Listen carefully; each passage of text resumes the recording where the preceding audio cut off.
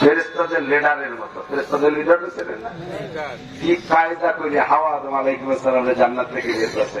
জান্নাতের গেটে যে একেবারে সুবিশাল সাজি, একটু বড় পাগড়ি একটা বান্ধে, ঘাড়ে যায় নামাজ, বগলে দস্তারখান, হাতে কুড়া লাঠি, 500 দানা তসবিহ, চশমা পাই দিয়ে যায় নামাজ বিছিয়ে সুন্দর করে জান্নাতের গেটে বসিয়ে এদিক ওদিক তাকাচ্ছে না, মুখ দিয়ে কিছু পায় না, ও তো জিকির করবে না, ও খালি তসবিহ কাটে। ভিতরে থেকে হাওয়া আদম দেখে কইতেছে, মান আনতা ইয়া শাইখুল আল মুহতারাম, ও মুরব্বী আপনি কে? তো মুরব্বী বলতেছে, বাপ আমি তোমাদেরকে পরিচয় আর কিছু দিতে চাই না, ইন্নী লাকুমা লামিনান নাসিহিন, আমার মূল নামের দরকার নাই, আমার উপাধি হলো আমি তোমাদেরকে আজকে দুইজনকে একেবারে নিকটতম খাই মনে করিয়া, বন্ধু মনে করিয়া একটা উপযুক্ত উপদেশ দেওয়ার জন্য আসছি। যদি তোমাদের মনে চায় নিতে পারো, আর যদি মনে না চায় তাহলে চলে যাই। মুরব্বী দুইজন জিজ্ঞেস করলেন, হাওয়া আদম আলাইহিস সালাম, বাবা তাহলে কি উপদেশ দিতে চান বলেন তো?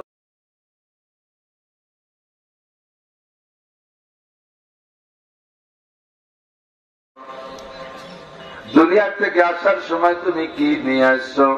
তুমি বন্ধু, আমিও বন্ধু, তুমি আমার দোস্ত, আমি তোমার দোস্ত। দোস্তের বাড়ি দোস্ত যদি বেড়াইতে যায় কিছু না কিছু হাদিয়া তোফা সাথে নিয়ে যায়, যাই কি যায় না? তুমি দুনিয়ার থেকে দোস্তের বাড়ি বেড়াইতে আসছো, কি নিয়ে আসছো? আমার নবী সৌদি আরবের খেজুর নিয়ে যাই নাই, সৌদি আরবের থেকে 10 কেজি উটের গোশত নিয়ে যাই নাই, দুম্বার গোশত নিয়ে যাই নাই, কোন মিষ্টি মন্ডা নিয়ে যাই নাই। নবী পাক যে আল্লাহ পাকের সামনে জানিয়ে গেছে, বলেন আত-তাহিয়াতু লিল্লাহি ওয়াস-সালাওয়াতু ওয়াত-তাইয়্যিবাত। আল্লাহ খায় না, খাবারটা নেওয়া যাবে না।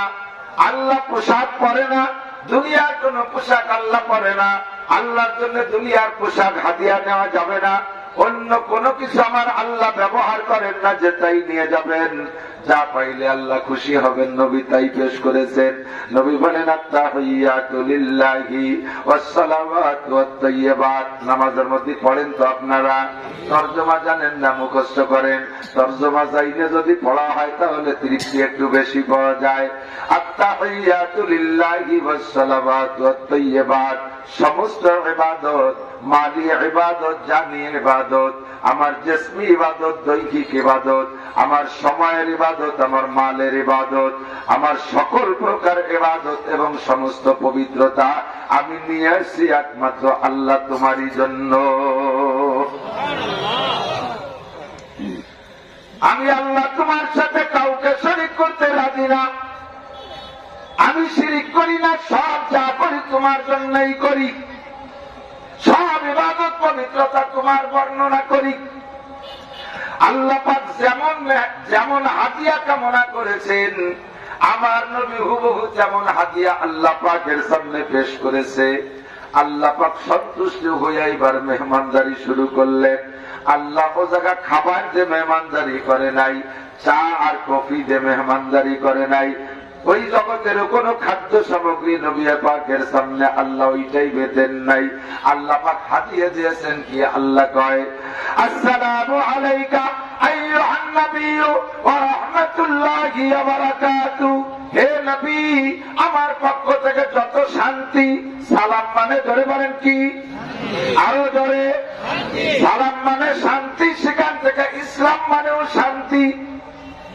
আমার পক্ষ থেকে যত শান্তি আছে, ওয়া রাহমাতুল্লাহি ওয়া বারাকাতুহু, আর আমার পক্ষ থেকে যত রহমত আর বরকত আছে সব তুমি নবী তোমাকে দিয়ে দিলাম। অন্য সুবহানাল্লাহ। নবীর আকারে দেশে আসসালামু আলাইকা, কা মানে তুমি, আর কুম মানে তোমরা। কা মানে তুমি, কুম মানে তোমরা, কুমা মানে তোমরা দুইজন। আল্লাহ পাক বলে নাই আসসালামু আলাইকুমা, আল্লাহ বলে নাই আসসালামু আলাইকুম। তোমাদের দুইজনের শান্তি রহমত বরকত দিলাম তা বলে নাই। তোমাকে তোমাদের সকলকে শান্তি রহমত বরকত দিলাম তা বলে নাই। বক্তব্যের ভিতরে আল্লাহ পাক ও নবী পাককে ট্রাই করেন, দেখি আমি যা দিলাম আমার নবী তো বুঝছে, এই হাদিয়া কিভাবে গ্রহণ করে? নবীকে নির্জনে ডাইকা নিয়া, যে জায়গা আদম নবী নাই, যে জায়গা ৩.৫ লক্ষ নবী রাসূল নাই, যে জায়গা জিবরাইল মিকাইল ইসরাফিল আজরাইল নাই, যে জায়গা কোন ফেরেশতা নাই, লামাকা এমন একটা জায়গা যে জায়গা অন্য কোন মখলুকের বিচরণ নাই। শুধু আল্লাহ পাকের আরশ বহন করে আরশের ৮টা খুঁটি ধরে আছে ৮জন ফেরেশতা, তারা অনেক দূরে দূরে দূরে দূরে আছে। আল্লাহ পাক নির্জনে নবীকে ডাইকে বলেন, এই হাদিয়াটা সবকিছু তোমারে একারে দিলাম, আর কেউ না, সব তোমাকে একাকে দিলাম। ও দোস্ত, আমার বাংলাদেশের প্রধানমন্ত্রী যদি এই অঞ্চলের কোন নেতারে ডাইকা, কোন বড় কেউরে ডাইকা গোপনে নির্জনে নিয়া একেবারে খাস রুমের ভিতরে বসাইয়া যদি ব্যক্তিগত কোন হাদিয়া দেয়, ওইটা কি আমরা জীবনও টের পাবো? কথা কন। আর সে কি কবে যে প্রধানমন্ত্রী এই যে ছিল তো আমার একারে সবাই মিলে ভাগ করে খাই, সবাই তো নিজে চাই হালাল করে ফেলে গোপনে। কথা বল, সবাই তো নিজে তাই আমরা ভাগ পাই না। এই হজে যাই দোস্ত, আপনারা হজে যাবেন, হজের থেকে হালাল হওয়ার জন্য, হজের এহরামের থেকে হালাল হওয়ার জন্য কুরবানি করা লাগে। কুরবানি করি আমরা মেনায়, মেনায় কোরবানির পরে ওই কোরবানির জন্তু কোন হাজি আনে না, ওখানে সোলাকুটার ঝামেলা, শুধুমাত্র জবাই দিয়ে ফেলায় রেখে আসি। সৌদি সরকারের পক্ষ থেকে কসাই মোতায়েন করা আছে, কসাইরা শুইলে টুইলে সুন্দর কইরা আস্ত ওই অবস্থায় বিশাল কোল্ড স্টোর আছে, ওর মধ্যে রাইখা দেয়। হজের সিজন চলে গেলে ওই কোরবানির জন্তুগুলো সুন্দর করে ধুয়ে মুছে পরিষ্কার কইরা ওর গায়ে কাপড়ের কাপড় ভরাইয়া বিশ্বের প্রান্তে প্রান্তে পাঠায়, গরিব গরিব মুসলিম দেশে পাঠায়। ওইগুলো আসে, আমাদের কাছে আসে না, ওইগুলো আমার নামে আসে না, আপনার নামে আসে না, ওগুলো আসে জায়গা মতোই আসে। বিশ্বের যত দেশে পাঠায় ওই কুরবানি সবচাইতে বেশি আসে বাংলাদেশে, জনসংখ্যার মুসলিম হারে আর অভাবের দৃষ্টিকোণ লক্ষ্য কইরা এদেশের মানুষ গরিব বেশি, আমাদেরকে বেশি দেয়। জীবন ভরে আসে, যেদিন থেকে শুরু করছে সেই দিন থেকে আসে, প্রত্যেক বছর আসে, শুধু মাঝেই করোনা ২ বছর আসে নাই, তার আগের বছর আসছে। আপনারা তো প্রত্যেকে এক একটা ভাগে পাইছেন। আসে গরিবদের জন্য, খায়ও গরিবরা। জীবনে কোনদিন যারা বাবার পুষ্টি গোষ্ঠ চোখে দেখে নাই, ওরা ওইগুলো নিয়ে খেয়ে ফেলে। আমরা জীবনেও জানতে পারি না। কোল্ড স্টোর জাহাজে আসে, সেখান থেকে কোল্ড স্টোরের মধ্যে ঢোকে, এরপরে সেখান থেকে প্রত্যেকের বাড়ি বাড়ি আছে বড় বড় কয়বর, ওই কবরের মধ্যে ভরে রাখে, সারা বছর ভর করতে গোষ্ঠ খায়। কবর সেরেন নাকি ডিপ ফ্রিজ, আমরা টের পাই না। আমাদের দুনিয়া সে আমরা জানতে পারি না। আর আমার নবীকে আল্লাহ গোপনে ডাইকে নিয়ে কয়, আসসালামু আলাইকা আইয়ুহান নাবিয়্যু ওয়া রাহমাতুল্লাহি ওয়া বারাকাতুহু। আমার নবীকে আল্লাহ পরীক্ষা দিচ্ছেন। আমার নবী তো ফেল করার মতো মানুষ না, কথা বলতে কেরেন না। আমার নবী কয়, আসসালামু আলাইনা ওয়া আলা ইবাদিল্লাহিস সালিহিন। মেহেরবান আল্লাহ, তুমি যাহা দিয়েছো আমি একা নিতে পারবো না। আমার মনে চাইছিল আমার গোটা উম্মতকে নিয়ে তোমার আরশে আজিমে আসতে পারলে ভালো লাগতো, কিন্তু সিস্টেম তো তা না, তুমি একাই আমাকে ডাকবা। কথা বলেন, প্রাইভেট মহব্বতের খাস মেহমানকে একাই ডাকে। গত 19 সালে গিয়েছিলাম হজে, বাংলাদেশের 58 জন উলামায়ে কেরাম গিয়েছিলাম আমরা সরকারের সাথে। বেঁধে লেখের থাকলে একটু রাগ হতে পারে, ঘটনাটা কোয়াজমি করছি। আল্লাহু আকবার। ধর্ম প্রতিমন্ত্রী শেখ মোহাম্মদ আব্দুল্লাহ, উনাকে সৌদি সরকার সালমান সাহেব, সৌদি সরকার সালমান সাহেব ওনার সাথে সাক্ষাতের সুযোগ দিচ্ছেন। বাংলাদেশের ধর্ম প্রতিমন্ত্রীকে সৌদি সরকার সাক্ষাতের সুযোগ দিচ্ছে, অনুমতি দিচ্ছে। কেন? বাংলাদেশের জন্ম থেকে নিয়ে আজ পর্যন্ত, পৃথিবীর জন্ম থেকে নিয়ে আজ পর্যন্ত বিশ্বের কোন মুসলিম কান্ট্রি আর অন্য কোন কান্ট্রির ধর্মমন্ত্রী এরকম দৃশ্য নজির তৈরি করতে পারে নাই যে নিজ দেশের বড় বড় একজন যোগ্য আলেমকে সরকারি খরচে এত সম্মানের সাথে হজ করাইছে। এটা কেউ করে নাই, এই ধর্মমন্ত্রী করাইছে বিধায় তার সাথে আমি সাক্ষাৎ একটু কুশল বিনিময়ের সুযোগ নেব। জবাব দিলেন উনাকে, আমরা তো উলামায়ে কেরাম 58 জনের মধ্যে আমি বড় তো নাই, মাঝিও না, সাজিও না, নোয়াও না, পুয়ারও ছোট। এখন বড় তো আমার নাই, হাটাজারি হুজুর আছে, পটিয়ার হুজুর আছে, লালবাগের হুজুর আছে, সরমুনের হুজুর আছে, তামিরুল মিল্লাতের হুজুর আছে, শর্ষিনের হুজুর আছে, বড় বড় সব মোবাইল লাইনের বড় বড় হুজুর। কাকে উনি নেবে? 2-3 জন নেওয়ার অনুমতি দিয়েছে সাথে। খুঁটে বসে উনি দেখলেন উনার ছেলে ছিল, আর আমি হলো ভাইয়ের বিটার, উনার ছোট ভাই। তা আমাকে ফ্যামিলির মধ্যে নিলি বড়কে কের কোনো প্রতিহিংসা হবে না। আলেম হিসেবে নাসির আমার ভাই বেটা, ছেলে হিসেবে মোহাম্মদুল্লাহ আমার ছেলে, ভাই হিসেবে দাউদ আমার ছোট ভাই। এই 3 জনকে নিয়ে যাবো, তাহলে বড়কে আর কোন অভিযোগ থাকলো না যে বাসিয়ে দিই। একটু বাসিয়ে তো হয়েছে যে নিজেকে বাড়ির মানুষ নিচ্ছে, তারপরও ওই ক্যান্সারের চাইতে ভালো। দুনিয়ায় যত মানুষের নিজের হিংসা, তার নিজের হুজুরদের মধ্যে হিংসা বেশি, আর তার চেয়ে বেশি প্রতি হিংসা মহিলাকে মধ্যে। এক মহিলা মধ্যে আর এক মহিলার সুযোগ দিতে রাজি না। এই যে আগে তো বাসে আসা যা করতাম, মাঝখান দিতে বাসে উঠে মাগুরে আসতাম, কয়েকবারই দেখছি বাসে উঠে সব সিট ভরা লোক আছে, বুড়ি একজন মহিলা উঠছে থরথরায় কাঁপতেছে। আমি উঠছি ফরিদপুরিতে, ওই মহিলা উঠছে মাঝখান দিতে। এখন আমার পাশে আর এক সিটে এক যুবতী মহিলা বসা। সুপারভাইজার এই বুড়িরে কোন জায়গা বসতি দেবে, থরথরায় কাঁপতেছে। আমার মনে মনে হেরাম বাঁধতে ফেলেছে, আমি বসতি দেব, তবে আগে চেষ্টা চলুক অন্য জায়গা। কোথাও চান্স না পাই ওই যুবতী মেয়েটার কাছে গেছে, বলছে আপা নানি বয়সী দাদি বয়সী মানুষ দাঁড়ায় থাকতে পারতেছেন, একটু জায়গা দেন। মহিলা ফিরে তাকালো না, কাকি মেরে ফিরে বসে হয়েছে প্রথম পেশার মতো। একটু কইলেও পারে যে দেব না জায়গা। 3-4 বার বলতেছি, আমি দেখতেছি। আমি বললাম যে কাকিকে এখানে বসান। আমি উঠে জায়গা দিছি, তাও সে দেখলো, তবুও সে জায়গা দিল না। একজন পুরুষের জায়গা দেয়, একজন পুরুষ একজন মহিলারে জায়গা দেয়, একজন মহিলা আর একজন মহিলারে মেনে নিতে পারে না। কথা বলেন ঠিক না? সে জায়গা তাকাবেন, সংসার থেকে সংসার পর্যন্ত তাকান, পদে পদে মোড়ে মোড়ে সব জায়গায় যা বাস্তবে দেখতে পারবেন। একজন আর একজনকে মেনে নিতে পারে না। ও দোস্ত, সবাই রে সবাই মানতে পারে।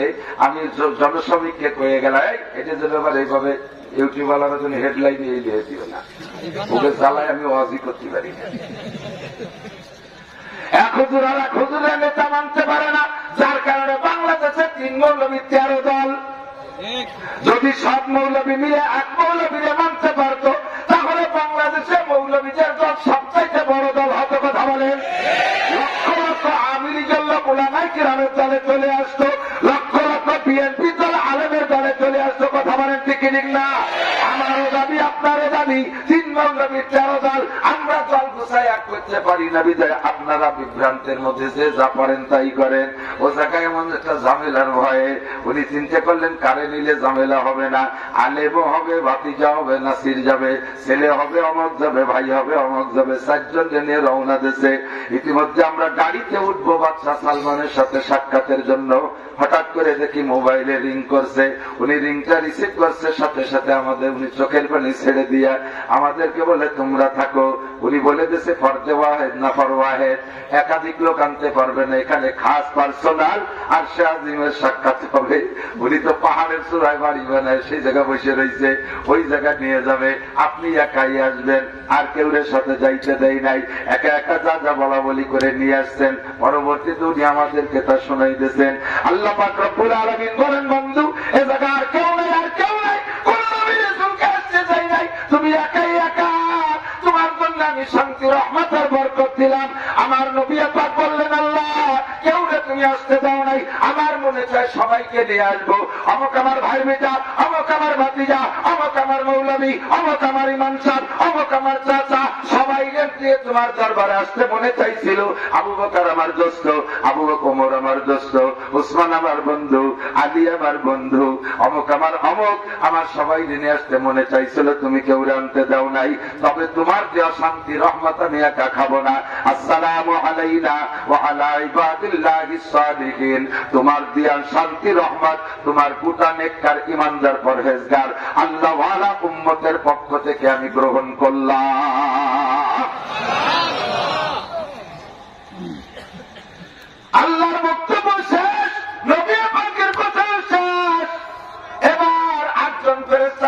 দিক থেকে আর্থিক থেকে সাক্ষী দিয়ে হচ্ছে শাহাদাত আঙ্গুল উঁচু কইরা আশহাদু আল্লা ইলাহা ইল্লাল্লাহু ওয়া আশহাদু আন্না মুহাম্মাদান আবদুহু ওয়া রাসূলুহু।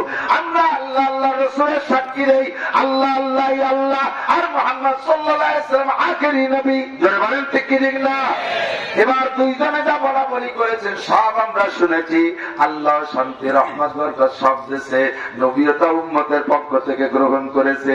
এই তিনজনের কথোপকথন আল্লাহ রসুলের কাছে আল্লাহর কাছে এত প্রিয় হয়েছে কিয়ামত পর্যন্ত আনেওয়ালা সমস্ত মুসলমান আমরা নামাজের মধ্যে আত্তাহিয়াতু বলবো। আজকে তো তরজমাটা টের পাইছেন কি পড়েন, এতদিন পড়ছেন মুখস্থ, আজকে পড়বেন বুঝে বুঝে পারবেন তো ইনশাআল্লাহ। ও দোস্তর নবী পাক ওখানে আল্লাহর সামনে বসছিলেন, এই আত্তাহিয়াতু সূরাতে আমরা যেভাবে বসি এইটা হলো মূল বসার সুন্নাত। আমার নবী পাক আত্তাহিয়াতু আল্লাহ পাক রব্বুল আলামিনের সাথে কথোপকথনের মাধ্যমে নিয়ে আসছেন। এইটা বুঝে পড়লেও নেকি, না বুঝে পড়লেও নেকি। কোরআনে কারিমের হরফ, কোরআনে কারিমের শব্দ, যে সমস্ত দোয়া মাসুর আর মাসনুন আছে এগুলো বুঝে পড়লেও নেকি, না বুঝে পড়লেও নেকি। কথা বলুন ঠিক কি ঠিক না? এক শ্রেণী ভাইরা আমাদের বক্তাদের ভিতরেই তারা কয় যে কোরআন শরীফ তরজমা না বুঝে পড়লে কোনো ফায়দা নাই। আছে না নাই? এই যে ইউটিউবে ফেসবুকে মৌলবীরা সংগ্রহ করতেছি যথেষ্ট। এই কোরআন শরীফের আয়াত আর হরফ এমনই এমন কোরআন আমরা পেয়েছি যেই কোরআন বুঝে পড়ি না বুঝে পড়ি সর্ব অবস্থায় লেখি। আছে না নাই? আমি দলিল যে বলবো তার আগে একটু যুক্তিবাদী কয়েকটা যুক্তিও করি। মুখ্য সাহেবের রাতের অন্ধকারে খেতার তলেতে তোমার কামড় দিছে, কামড় দিয়ে মুখ্য সাহেব ফেরি চলে গেছে।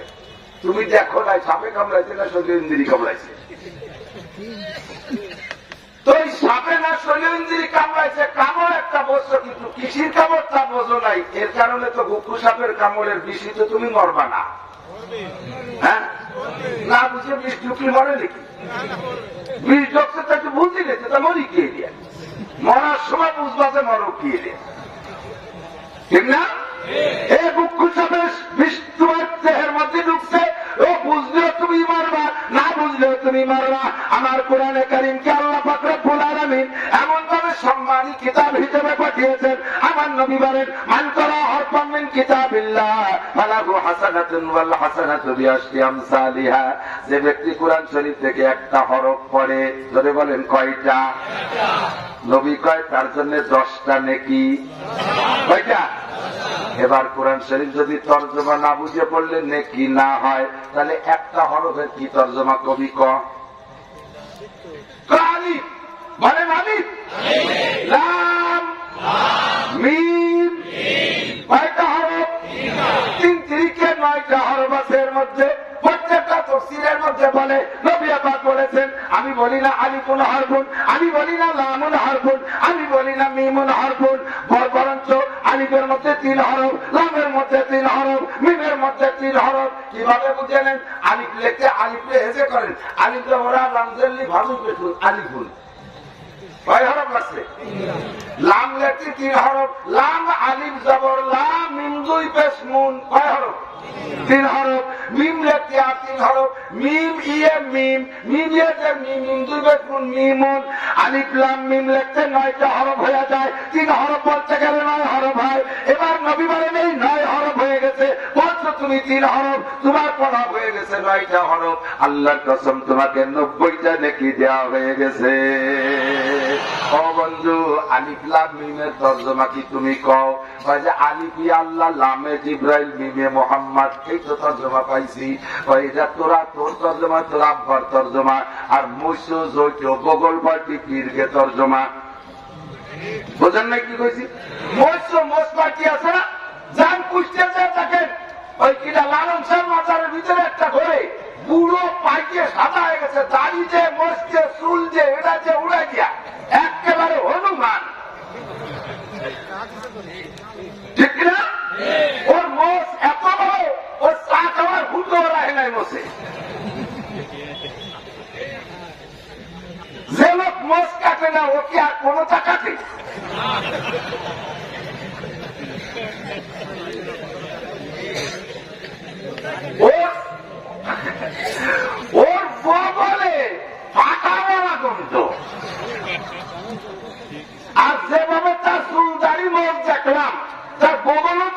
তোর 2 বছর পরিষ্কার করলে একখান রান্না করে একটা ঝাল দিয়ে যাবে সোন বাগান আর নিচে বলা কিনা দেখতে যাবে যে বেড়ায় না।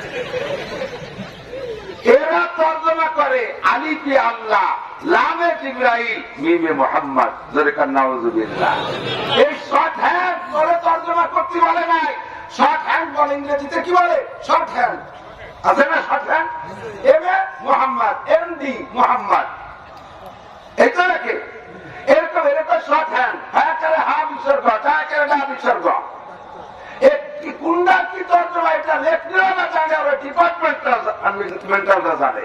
তুমি কি বোঝো হেফজখানার গেটে লেখা হ্যাঁ করে হা বিসর্গ আব্দুল হ্যাঁ করে হা বিসর্গ আব্দুল রহমান, এর মানে কি হাফেজ আব্দুল রহমান। এ জায়গা হ্যাঁ করে হা বিসর্গ মানে কি হাফেজ। আর পুলিশের থানার একটা রুলের সামনে লিখে হ্যাঁ করে হা বিসর্গ মালে, ও জায়গাকে হাফেজ মালে, ও জায়গা হাবিলদার মালে। একই হয়ে যাবে হাবিসর্গা, এক জায়গাতে হাফেজ আর এক জায়গাতে হাবিলদার। ডিপার্টমেন্টের তর্জমা যারা যে ডিপার্টমেন্টের তারা সেই তর্জমা জানে, তুই ওই ডিপার্টমেন্টের না, তুই জানিস না। হাসপাতালে মাগুরা হাসপাতালে গিয়ে দেখবেন একটা চেম্বারের সামনে ডাক্তার বিসর্গা আব্দুল মালিক, কি মানে ডাক্তার আব্দুল মালিক।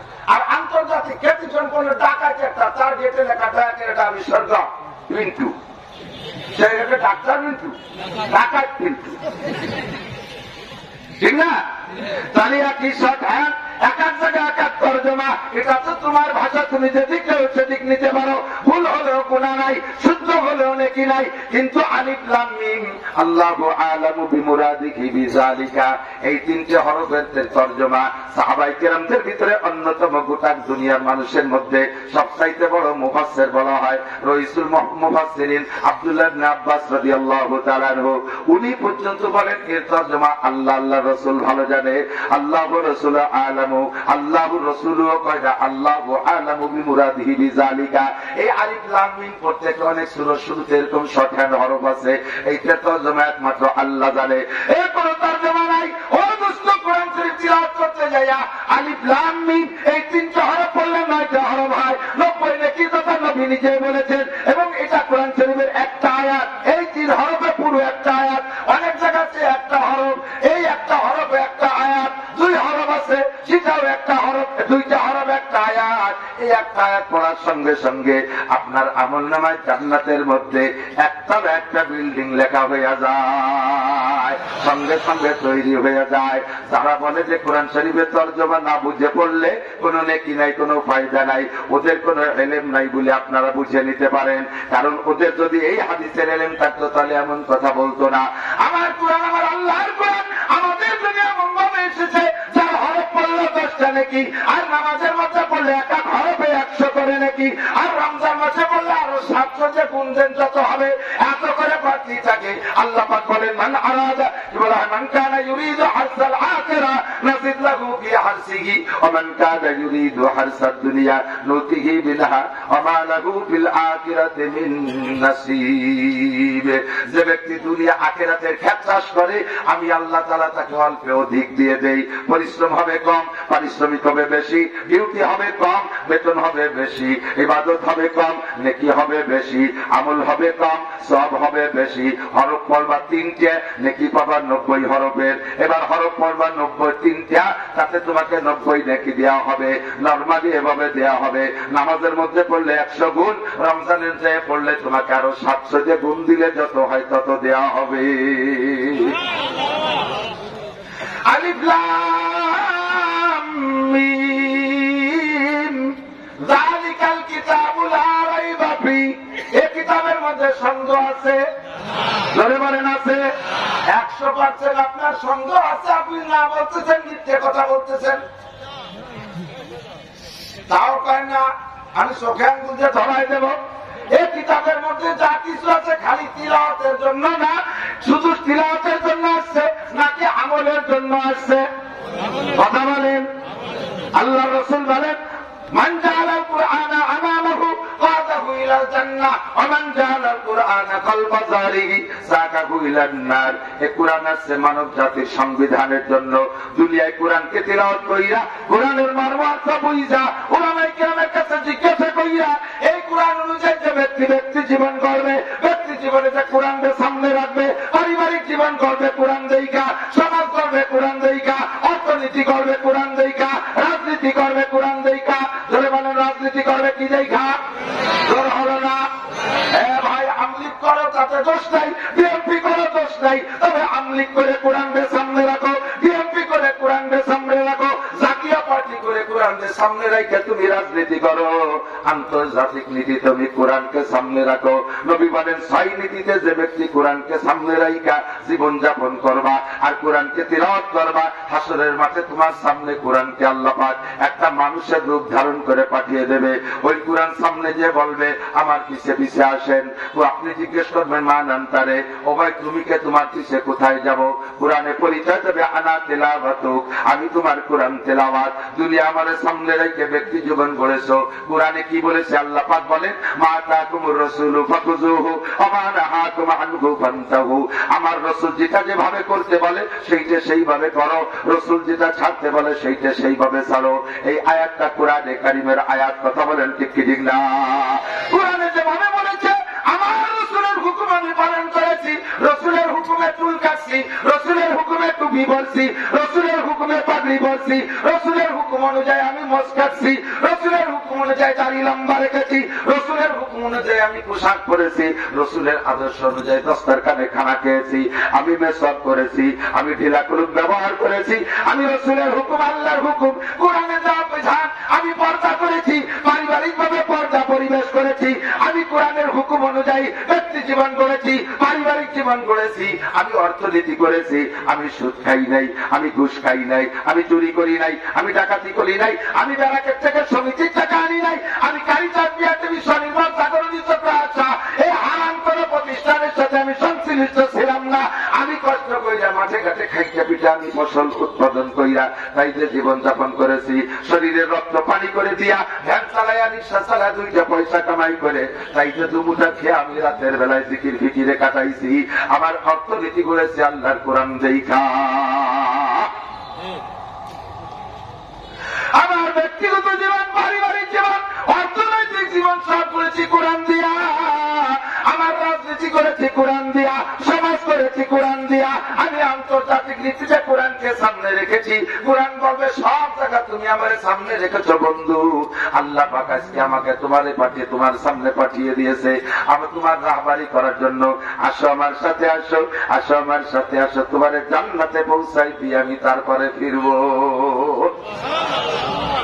শুধু জান্নাতে পৌঁছাই দিয়ে ফিরবো না, কোরআনের কাম থাকবে কত দূর। আল্লাহ নবী বলেন ইউকালু লিসাহিবিল কোরআন, এ আমার যুবক শ্রোতা কি ভালো করে মনে রাখ, একদিন তুই আফসোস করবি, একদিন পস্তাবি, সেদিন পস্তাইলে কাজ হবে না। চিৎকার মেরে কাঁদবি আর বলবি রব্বানা আবসারনা ওয়া সামি'না ফারজি'না না'মাল সালিহান ইন্না মুকিনুন। আল্লাহ দুনিয়ায় থাকতে উলামায়ে কিরাম গলা ফাটাইয়া চিল্লাই চিল্লাই কত ওয়াজ করেছে, কোনদিন কথায় কান দেখি নাই। এখন তো দেখি সবই সত্য, আর একটা বার তুমি আমার দুনিয়ায় পাঠাইয়া দাও। আল্লাহর কসম, কোরআন যদি বিশ্বাস করো, কোরআনের মধ্যে সন্তান যদি বিশ্বাস করো, কোরআনের এই সংবিধান তুমি বিশ্বাস করো, তুমি চিৎকার বাড়ি কাব্বার বলবো রব্বানা আবসারনা ওয়া সামি'না ফারজি'না না'মাল সালিহান ইন্না মুকিনুন। আল্লাহ দুনিয়ায় থাকতে বুঝি নাই, শুনছি শুধু, আর কান দেই নাই, প্রক্ষেপ করি নাই। এখন তো দেখি সবই সত্য, আর একটা বার তুমি দুনিয়ায় পাঠিয়ে দাও। আল্লাহ পাক রব্বুল আলামিন তোমার একবার প্রস্তাবে জবাব দিবেন না। 70 লক্ষ বছর পর্যন্ত চিৎকারের পরে আল্লাহ বলবেন ইকসাউ ফিহা ওয়া লা তুকাল্লিমুন, কথা বলবি না, বহু দস্তরে করা হয়েছে, তুই সেদিন কান্দিস নাই। আমার কোরআনে শুধু মুখে বলছে যে কোরআন মানি, কিন্তু কোরআনের কোন বিধান তোর ভিতরে আমলে আনিস নাই। এখন তোরে দুনিয়ায় পাঠাই দিলি, তুই সুফি সাবার বুজুর্গ হয়ে আসবি। তোর মতো বাটপার বহুতগুলো আমি দেখেছি, বহুত বাটপার দুনিয়ায় দেখছি। তুইও বাটপারি করবি। আগের বার সাধারণ একটু সুজা কারবারে ছিলি, এবার তুই আমার দুনিয়া নিচে খেলে লাগবি। তোরে আর পাঠানো যাবে না, পাঠ করে থাক, আমার চিৎকার মারতে চালে থাকবা। এই বন্ধু ভালো করে মনে রাখো, আল্লাহু আকবার। এই জীবন গর্ব কোরআন সামনে সামনে নিয়ে কথা বলেন ঠিক কি না? যদি কোরআন মানেন তাহলে কোরআনকে বাস্তবায়ন করবেন। মা তাকুমুর রাসূলু আম্মা ফাকুযুহু ওয়া মা নাহাকুম আনহু ফান্তাহু। তোমার পুরো শরীরটাকে তুমি গলো। যুবক তুমি কোরআন পড়া শেখো, ও যুবক কোরআন পড়া শেখো, আল্লাহর কোরআনের সাথে সম্পর্ক রাখো। দুনিয়ায় সম্মান পাইবা, আখিরাতে সম্মান পাইবা। আখিরাতে কোরআনে তোমারে কোলে কইরা জান্নাতে পৌঁছাই দেবে। এবার জান্নাতে নিয়ে কোরআনে কি, কোরআন কি করবে? আল্লাহ পাক বলবেন ইউকালু লিসাহিবিল কোরআন, আমার দিক তাকান। যা বলা হবে আল্লাহর নবী আল্লাহ পাক বলেন হাসরের মাঠে জান্নাতি ব্যক্তি যারা কোরআন পড়নেওয়ালা, যে যতটুকু পড়েছে তাকে সম্বোধন করে আল্লাহ বলবেন ইউকালু লিসাহিবিল কোরআন, কোরআনওয়ালাকে বলা হবে ইকরা, পড়ো, ওয়ারাতিল, সুন্দর করে পড়ো। তারতিলের সাথে কেমন পড়বা? কামা তুরাতিলু ফিদ দুনিয়া, দুনিয়া যেমন ধীরে ধীরে একেবারে সিরিয়াল মতো পড়তে, বিসমিল্লাহ থেকে শুরু করে সূরা ফাতিহা, এরপরে সূরা বাকারা, এরপরে সূরা আল ইমরান, এরপরে সূরা নিসা, এমন করে তুমি 30 পারা কোরআন শরীফ যেমন পড়তে সিরিয়াল দুইরা তুমি পড়তে থাকো। কামা তুরাতিলু ফিদ দুনিয়া, আল্লাহ পড়লে কি হবে? ফা ইন্না মানজিলাকা ইনদা আখিরি আয়াতিন তাকরাউহা। জোরে করো আল্লাহু আকবার। তুমি যত আয়াত আমারে পড়ে শুনাইবা, তোমার বেহেশতের ভিতরে বিল্ডিং অততলা হবে। আপনি করেন যে হুজুর আমার বেশি না বেশতের পারেন যাই কিভাবে যথেষ্ট। আলহামদুলিল্লাহ পারি, 7 আয়াত আছে, 7 তালে একটা দালান খালি যথেষ্ট, আমার অতগুলো দালানের দরকার নেই। বেহেশতে যাইয়া একটা আশ্বাসই থাকবে, আর কোন আশ্বাস থাকবে না। বেহেশতে কোন অভাব নাই, শুধু একটা আশ্বাস বাকি থাকবে, সেটা হলো কেন আমি আমল করে আসলাম না, কেন কোরআন করে আসলাম না, কেন বেশি ইবাদত করে আসলাম না, আমার চাইতে আমাকে ইবাদত করে। ওরে আল্লাহ, আমার বাড়ির পাশে নানটু পরে মাদ্রাসা, তারপরে তার নাম দিচ্ছে আব্দুর রহমান, সে আজকে আমি আর সে একসাথে প্রাইমারিতে পড়ছি, সে আজকে 6666 তলা দালানের উপরে, আর আমার বিল্ডিং 7 তলা। এই 6666 তলা দালানের সামনে 7 তলা দালান, কত রান্না করে সেগুলো কুটি দেওয়া যাবে, ঠিক কিনা? লতিজিল 32 তলার সামনে 1 তলা দালান কি চার দোকানও না, সেই সময় তুমি উপর দিক থেকে একটা হাই ছাড়বা। যতগুলো কোরআন শরীফের আয়াত পড়তে পারবেন হাফেজ শর্ত না। আপনারা যারা পাবলিক আছেন দেখে দেখে কোরআন পড়তে পারেন, আমার মারা পর্দার আড়ালে দেখে দেখে কোরআন পড়তে পারেন। দেখে যদি সারা বছরে 1 খতম দেন, আল্লাহর কসম জান্নাতের মধ্যে আপনার ওই 1 খতমের বিনিময় 6666 তলা একটা দালান হবে। শর্ত হলো শুধু পড়বেনই না, আপনার মনে মনে প্রতিজ্ঞা থাকবে এই কোরআন অনুযায়ী আমল করব, বা কোরআনের তর্জমা বুঝি না আমল করব কি কইরা। কোরআনের তর্জমা বুঝনেওয়ালা বেশি না না বুঝনেওয়ালা বেশি? কথা বলেন, না বুঝনেওয়ালা বেশি না না বুঝনেওয়ালা বেশি? আল্লাহ তো জানে যে বুঝনেওয়ালার সংখ্যা হবে কম আর না বুঝনেওয়ালার সংখ্যা হবে বেশি। এই জন্য আল্লাহ ওই কোরআনের মধ্যে আর একটা আয়াত দিয়ে দিয়েছে, ফাসআলু আহলা যিকরি, ফাসআলু আহলা যিকরি ইন কুনতুম লা তা'লামুন। এটা ইন কুনতুম লা তা'লামুন বহু বছরের শব্দ ব্যবহার করে করা হয়েছে। আল্লাহকে হে অধিকাংশ মানুষ, তোমরা যারা কোরআন বুঝবা না, শুধুমাত্র তিলাওয়াত করবাই করবা, শুধু কোরআন তিলাওয়াত করবা, বুঝবা না কোরআনের ভিতরে আমি কি বিধান দিয়েছি না তোমরা বুঝতে পারবা না।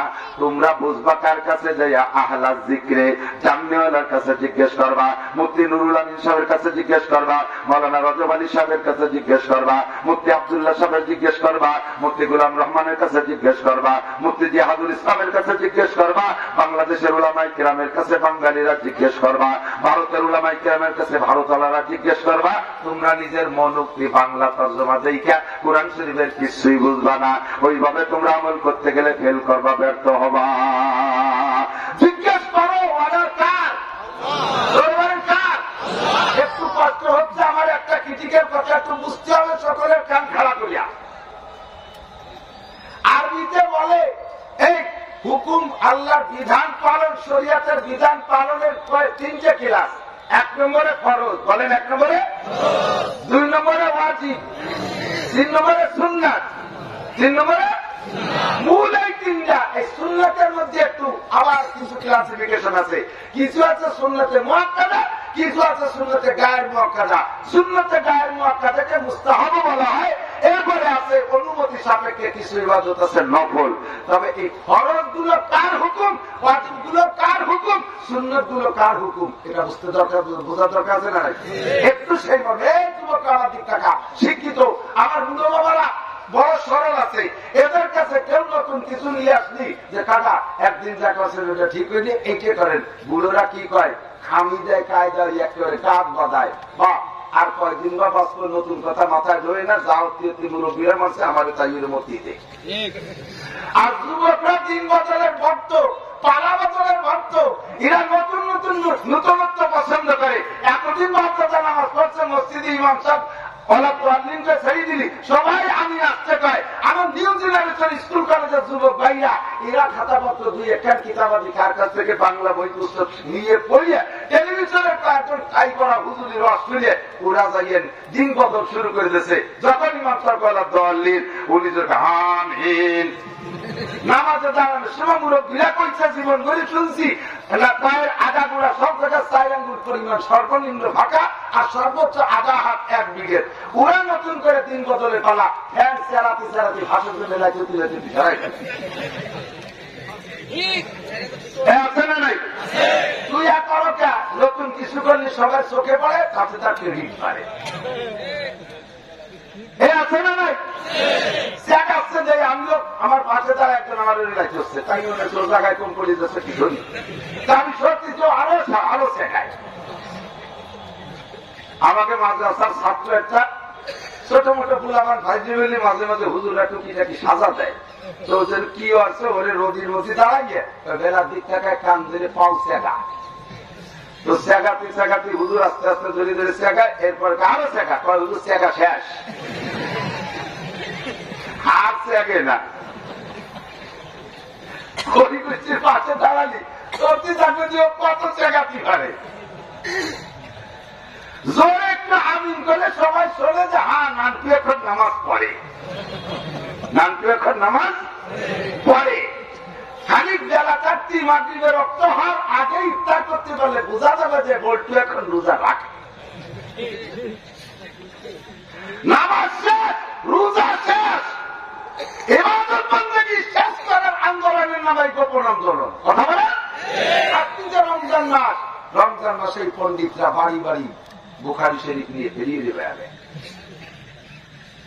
যাইয়া বেটিকে কাছে যায়, আগে বেটা আপনাদের সহজে শিখাই দেয়, যদি এই পার্টি আসে আপনাদের আফ্রিকার তারাবির দাওয়াত দিতে, আমি চ্যালেঞ্জ করলাম যারা আফ্রিকার দাওয়াত দেয় তারা মাগুরায় বলছে এত মানুষকে ডাকিয়ে বছর 2 ঘন্টা বসায় রাখুক, কতক্ষণ পারে। আমি নাসিরের নাম শুনলে, মৌলানা ফজলুল করিম, রিজাউল করিমের নাম শুনলে, হামিদুর রহমান সিদ্দিকীর নাম শুনলে হাজার হাজার মানুষ এসে বসে যায়। তুই লক্ষ্য কর, তাদেরকে বলে দেবেন বেটা তোর ডাকে 50 জন বসে না, নাসিরির ডাকে 50,000 বসে, তুই আমার বাড়ি বাড়ি ফেরি না হইয়া ওই নাসির মৌলবীর পকেটে নিতে পারিস কি দেখ, তাহলে 1 মাসে তোর চিল্লা ভাতা হয়ে যাবে। কথা বলেন না, এই চুপ করে দিতে পারবেন না? ওই আমার কাছে পাঠাই দিয়েন যে ওই হুজুরটাকে আফ্রিকা পড়ায়, ও আমাকে স্টেজে দাঁড়িয়ে আফ্রিকাতে কথা বলে আমরা সবাই পড়বো, তুই জীবন করে কোটি কোটি জিম্বে বাড়ি বলে আমরা পড়বো না। কথা বলেন, তারাবি কয় রাকাত? জোর হলো না, তারাবি কয় রাকাত? আফ্রিকা 20 টাকা, ঠিক? বাড়ি বাড়ি যাইয়ে গোপন ফেরিয়ে রেখে ভাবি তারাবি কয় রাকাত পড়বেন। মহিলারা একটু দাড়ি মেরে জামতায় দিয়ে কথা পায়, হ্যাঁ থাকান থাক জীবন ধরে 20 রাকাত ফিরিয়ে আসতেছি, ওই আবার কয়া লাগে নাকি সুন্দর বিটির মশলা। এত সুন্দর মিষ্টি ভাষী, কান্নাহু মুআল্লিমুল মালাকুত, ফেরেশতাদের লিডারের মতো। ফেরেশতাদের লিডার ছিলেন না, কি কায়দা করে হাওয়া আদম আলাইহিস সালামের জান্নাত থেকে বের করছে। জান্নাতের গেটে যে একেবারে সুবিশাল সাজি, একটু বড় পাগড়ি একটা বান্ধে, ঘাড়ে যায় নামাজ, বগলে দস্তারখান, হাতে কুড়া লাঠি, 500 দানার তসবিহ, চশমা পাই দিয়ে দস্তার যায় নামাজ বিছিয়ে সুন্দর করে জান্নাতের গেটে বসিয়ে এদিক ওদিক তাকাচ্ছে না, মুখ দিয়ে কিছু পায় না, ও তো জিকির করবে না, ও খালি তসবিহ কাটে। ভিতরে থেকে হাওয়া মনে দেখে কইতেছে মা নাম তাইয়া শাইখুল আল মুহতারাম, ও মুরব্বী আপনি কে? তো মুরব্বী বলতেছে বাপ আমি তোমাদেরকে পরিচয় আর কিছু দিতে চাই না। ইন্নী লাকুমা লামিনান নাসিহিন, আমার মূল নামের দরকার নাই, আমার উপাধি হলো আমি তোমাদেরকে আসছি দুইজনকে একেবারে নিকটতম খাই মনে করিয়া, বন্ধু মনে করিয়া একটা উপযুক্ত উপদেশ দেওয়ার জন্য আসছি। যদি তোমাদের মনে চায় নিতে পারো, আর যদি মনে না চায় তাহলে চলে যাই। মুরব্বী দুইজন জিজ্ঞেস করলেন, হাওয়া আদম আলাইহিস সালাম, হাওয়া তাহলে কি উপদেশ দিতে চান বলেন তো? তোমরা কি এই গাছের, তুমি জান্নাতের মধ্যে কোথায় করছো? আল্লাহ পাক বলেছেন ওয়াকুলা ওয়াশরাবা, খাওয়ার পান করো, যেখানে খুশি সেখানে যাও। সবকিছু খাইছি, সবকিছু পান করছি, ঘুরে ফিরে সব দেখছি, শুধু আল্লাহ বলছেন এই গাছের কাছে যেও না। আমরা ওই একটা গাছের কাছে যাই না। এবার ওই মুরব্বী কয়, তোমরা জানো এই গাছের নাম কি? এই গাছের নাম কি? তো মুরব্বী দুজন বলতেছে, না এই গাছের নাম এতটুকু জানি, এই গাছের নাম হলো শাজারাতুম মামনুআ, নিষিদ্ধ গাছ, ওর কাছে যাওয়া যাবে না, ও গাছের কাছে গেলে সর্বনাশ হয়ে যাবে। আল্লাহ বলছেন যা খুশি তাই খাও, ওয়ালা তাকরাবা হাযিহি শাজারাতা ফাতাকুনা মিনাজ জালিমিন। মুরব্বী কয়, বাপ আমি যদি কই মানবা সেটা তোমাদের ব্যাপার, আমি আইসি চুরিগিরি তো হয়ে গেল, আমি তো ওর মধ্যে যাচ্ছি না। মুরব্বী হিসেবে একটা মিঠি কথা কয়ে ছুঁয়ে যাই। এই গাছটার নাম হলো শাজারাতুল খুলদ, চিরস্থায়ী চিরঞ্জীবী গাছ। বুঝো, এই গাছের কাছে তোমাদের যাইতে নিষেধ করছে কেন? তোমরা তো কালকের মানুষ। আমি তোমাদের জন্মের আগে 8 লক্ষ বছর পর্যন্ত আল্লাহর কুদরতি কদমে সিজদা দিছি। আমি সেই মুরব্বী, গভীর প্রাচীন কালের ব্যক্তি আমি। আমার আল্লাহ সবকিছু জানা আছে। এই গাছের নাম শাজারাতুল খুলদ, খুদ মানে চিরস্থায়ী। এই গাছের ফল খাইলে দুইটা সমস্যা। একটা হলো হয় সে ফেরেশতা হয়ে যায়, অথবা জান্নাতের মধ্যে চিরকাল থাকে, বাইরে যাওয়া লাগে না। এই গাছের ফলের এই গুণাগুণ আছে। বুঝেছে কেন? তাহলে এত ভালো গাছের কাছে আল্লাহ আমাকে যাইতে নিষেধ করলেন কেন? ওই ফেরেশতা চিরকাল থাকি এর মধ্যে। তোমরা জানো না, আল্লাহ পাকের সিদ্ধান্ত আছে, আমি খাতা দেখে আসছি, তোমাদেরকে বেশি দিন ভেস্টের মধ্যে থাকতে দেবে না, আর ওই গাছের ফল খাইলে ভেস্টের মধ্যে চিরকাল থাকবা। এই জন্যই গাছের কাছে যাইতে দিচ্ছে না। বুঝাইছে, চিনতে পারেন। যদি তোমাদের মনে চায় তাহলে ওখান থেকে একটু খাইও, তাই ফেরেশতা হবা না, চিরকাল ভেস্টের মধ্যে থাকবা। ওমা আলাইনা ইল্লাল বালাগ, আমার দায়িত্ব ছিল পৌঁছে যাওয়া। ওমান শাআ ফালইউমিন ওমান শাআ ফালইয়াকফুর, যার মনে চায় মানো, যার মনে চায় না মানো না। আমি চলে যাচ্ছি, মোবাইল নাম্বার রাখতে পারো, পরে যোগাযোগ। এত সুন্দর ভাবে বয়ান করছে, অত চলে গেছে ভারত দিয়ে, ফুরুত করে উড়িয়ে চলে গেছে। এখন এই দুইজন, আমাদের আব্বা আমার দুইজন মুজাকারায় বসে, তবলিগে মুজাকারা হয় না, মুজাকারায় বসে কি করলো। এখন হাওয়া আলাইহিস সালাম বলতেছেন, আরেকটু খাবো না, একটু জিব্বে দিয়ে চাখিয়ে দেখি, একটু জিব্বে দিয়ে চাখিয়ে দেখি। এখন মহিলাদের বুদ্ধি আবার সবকালে হঠাৎ বুদ্ধি, চিন্তা করলো যদি ওই গাছের ক্রিয়া সত্যি যা বলছে তাই হয়, অথবা না হয়, ভুল দিকে যায়, যদি যায় তাহলে আমি খাইলাম মুড়ি খাইল না, তাতে দুইজন দুটি হয়ে যাবো। এই জন্য কাছে না, একা হবে না, দুইজন একসাথে খাই। কোরআন শরীফ আছে, আর সাজারাতা মিলে করতে গেলে যা করে টানা লাগে না, সাজারাতা দুইজনে একই সাথে। আমরা অনেকে বলি যে হাওয়া আলাইহিস সালাম আগে খাইছে, পরে আদম আলাইহিস সালাম খাইছেন। সিগার ভিতরে বলে, তোর শব্দ ভিতরে বলে, যা দুইজন একই সাথে ওই গাছের ফল জিভ বেঁধে খেয়ে দেখছে। যখনই জিভ বেঁধেছে অ্যাকশন শুরু হয়ে গেছে। যখনই এই যে এই কি এক প্রকারের কি গুঁড়ো যেন আছে, দয়ার গুঁড়ো লাগাই দিয়ে সাথে সাথে গলা লাগে না যে এখন একটু শুল্ক গলা লাগে দেখি, ওটাই শুল্ক মিশিয়ে যায়, ঠিক না? যখন খাইছে আমল শুরু হয়ে গেছে, ক্রিয়া আরম্ভ হয়ে গেছে। আল্লাহু আকবার। সঙ্গে সঙ্গে জান্নাতের যত কাপড় ছিল সমস্ত জান্নাতি কাপড় গায়ে থেকে খুলে গেল, টেনেও ধরে রাখতে পারলেন না। গায়ের জামা খুলে গেল, পরনের পাজামা খুলে গেল, একটা কাপড় গায়ে রাখতে পারে নাই, টেনে টেনে রাখতে পারে নাই, দুইজনই ব্যবস্থা হয়ে গেছে। যেহেতু জান্নাতের মধ্যে আর কোন মানুষ নাই, তাই লজ্জা শরম কতটা পান নাই, কিন্তু সর্বনাশ হয়ে গেছে, কথা তো বুঝে ফেলাইছে। এখন সতর ডাকবে কি দিয়ে? জান্নাতের গাছের বড় বড় পাতা ছিলে দুইজনে সতর টাকা শুরু করলেন, সতর টাকা হয়ে গেল। এরপরে যা হবার শেষ পর্যন্ত হইল, দুইজনে কান্নাকাটি শুরু করলেন। আল্লাহ পাক রব্বুল আলামিন এই দুইজনকে জান্নাতের মধ্যে ক্ষমার ঘোষণা দিয়েছেন। জান্নাতের মধ্যে থাকতে দুইজন পড়ছেন রব্বানা যালামনা আনফুসানা ওয়া ইল্লাম তাগফির লানা ওয়া তারহামনা লানাকুনান্না মিনাল খাসিরিন। এই দোয়া হাওয়া আদম আলাইহিস সালাম জান্নাতের মধ্যে থাইকা পড়ছে। আল্লাহ পাক দুইজনকে ক্ষমা করে দিয়েছেন। এবার প্রশ্ন হলো, ক্ষমা করে দিলেন তা জান্নাত থেকে বের করলেন কেন? কথা না, ক্ষমা হলো জান্নাতের মধ্যে, তাহলে জান্নাত থেকে বের করলেন কেন? আব্বা যে আদম আলাইহিস সালাম, মা হাওয়া আলাইহিস সালাম যদি জান্নাত থেকে বের না হইতেন, এই দুনিয়ার কোটি কোটি মানুষ সব জান্নাতের মধ্যেই হইত। আমাদের জন্ম হইত জান্নাতের মধ্যে, আমাদের চিরস্থায়ী বসবাস হইত জান্নাতের মধ্যে। জাহান্নাম আমাদের কোনোদিন স্পর্শ করত না। আমাদের সকলের জন্ম হইত জান্নাতে।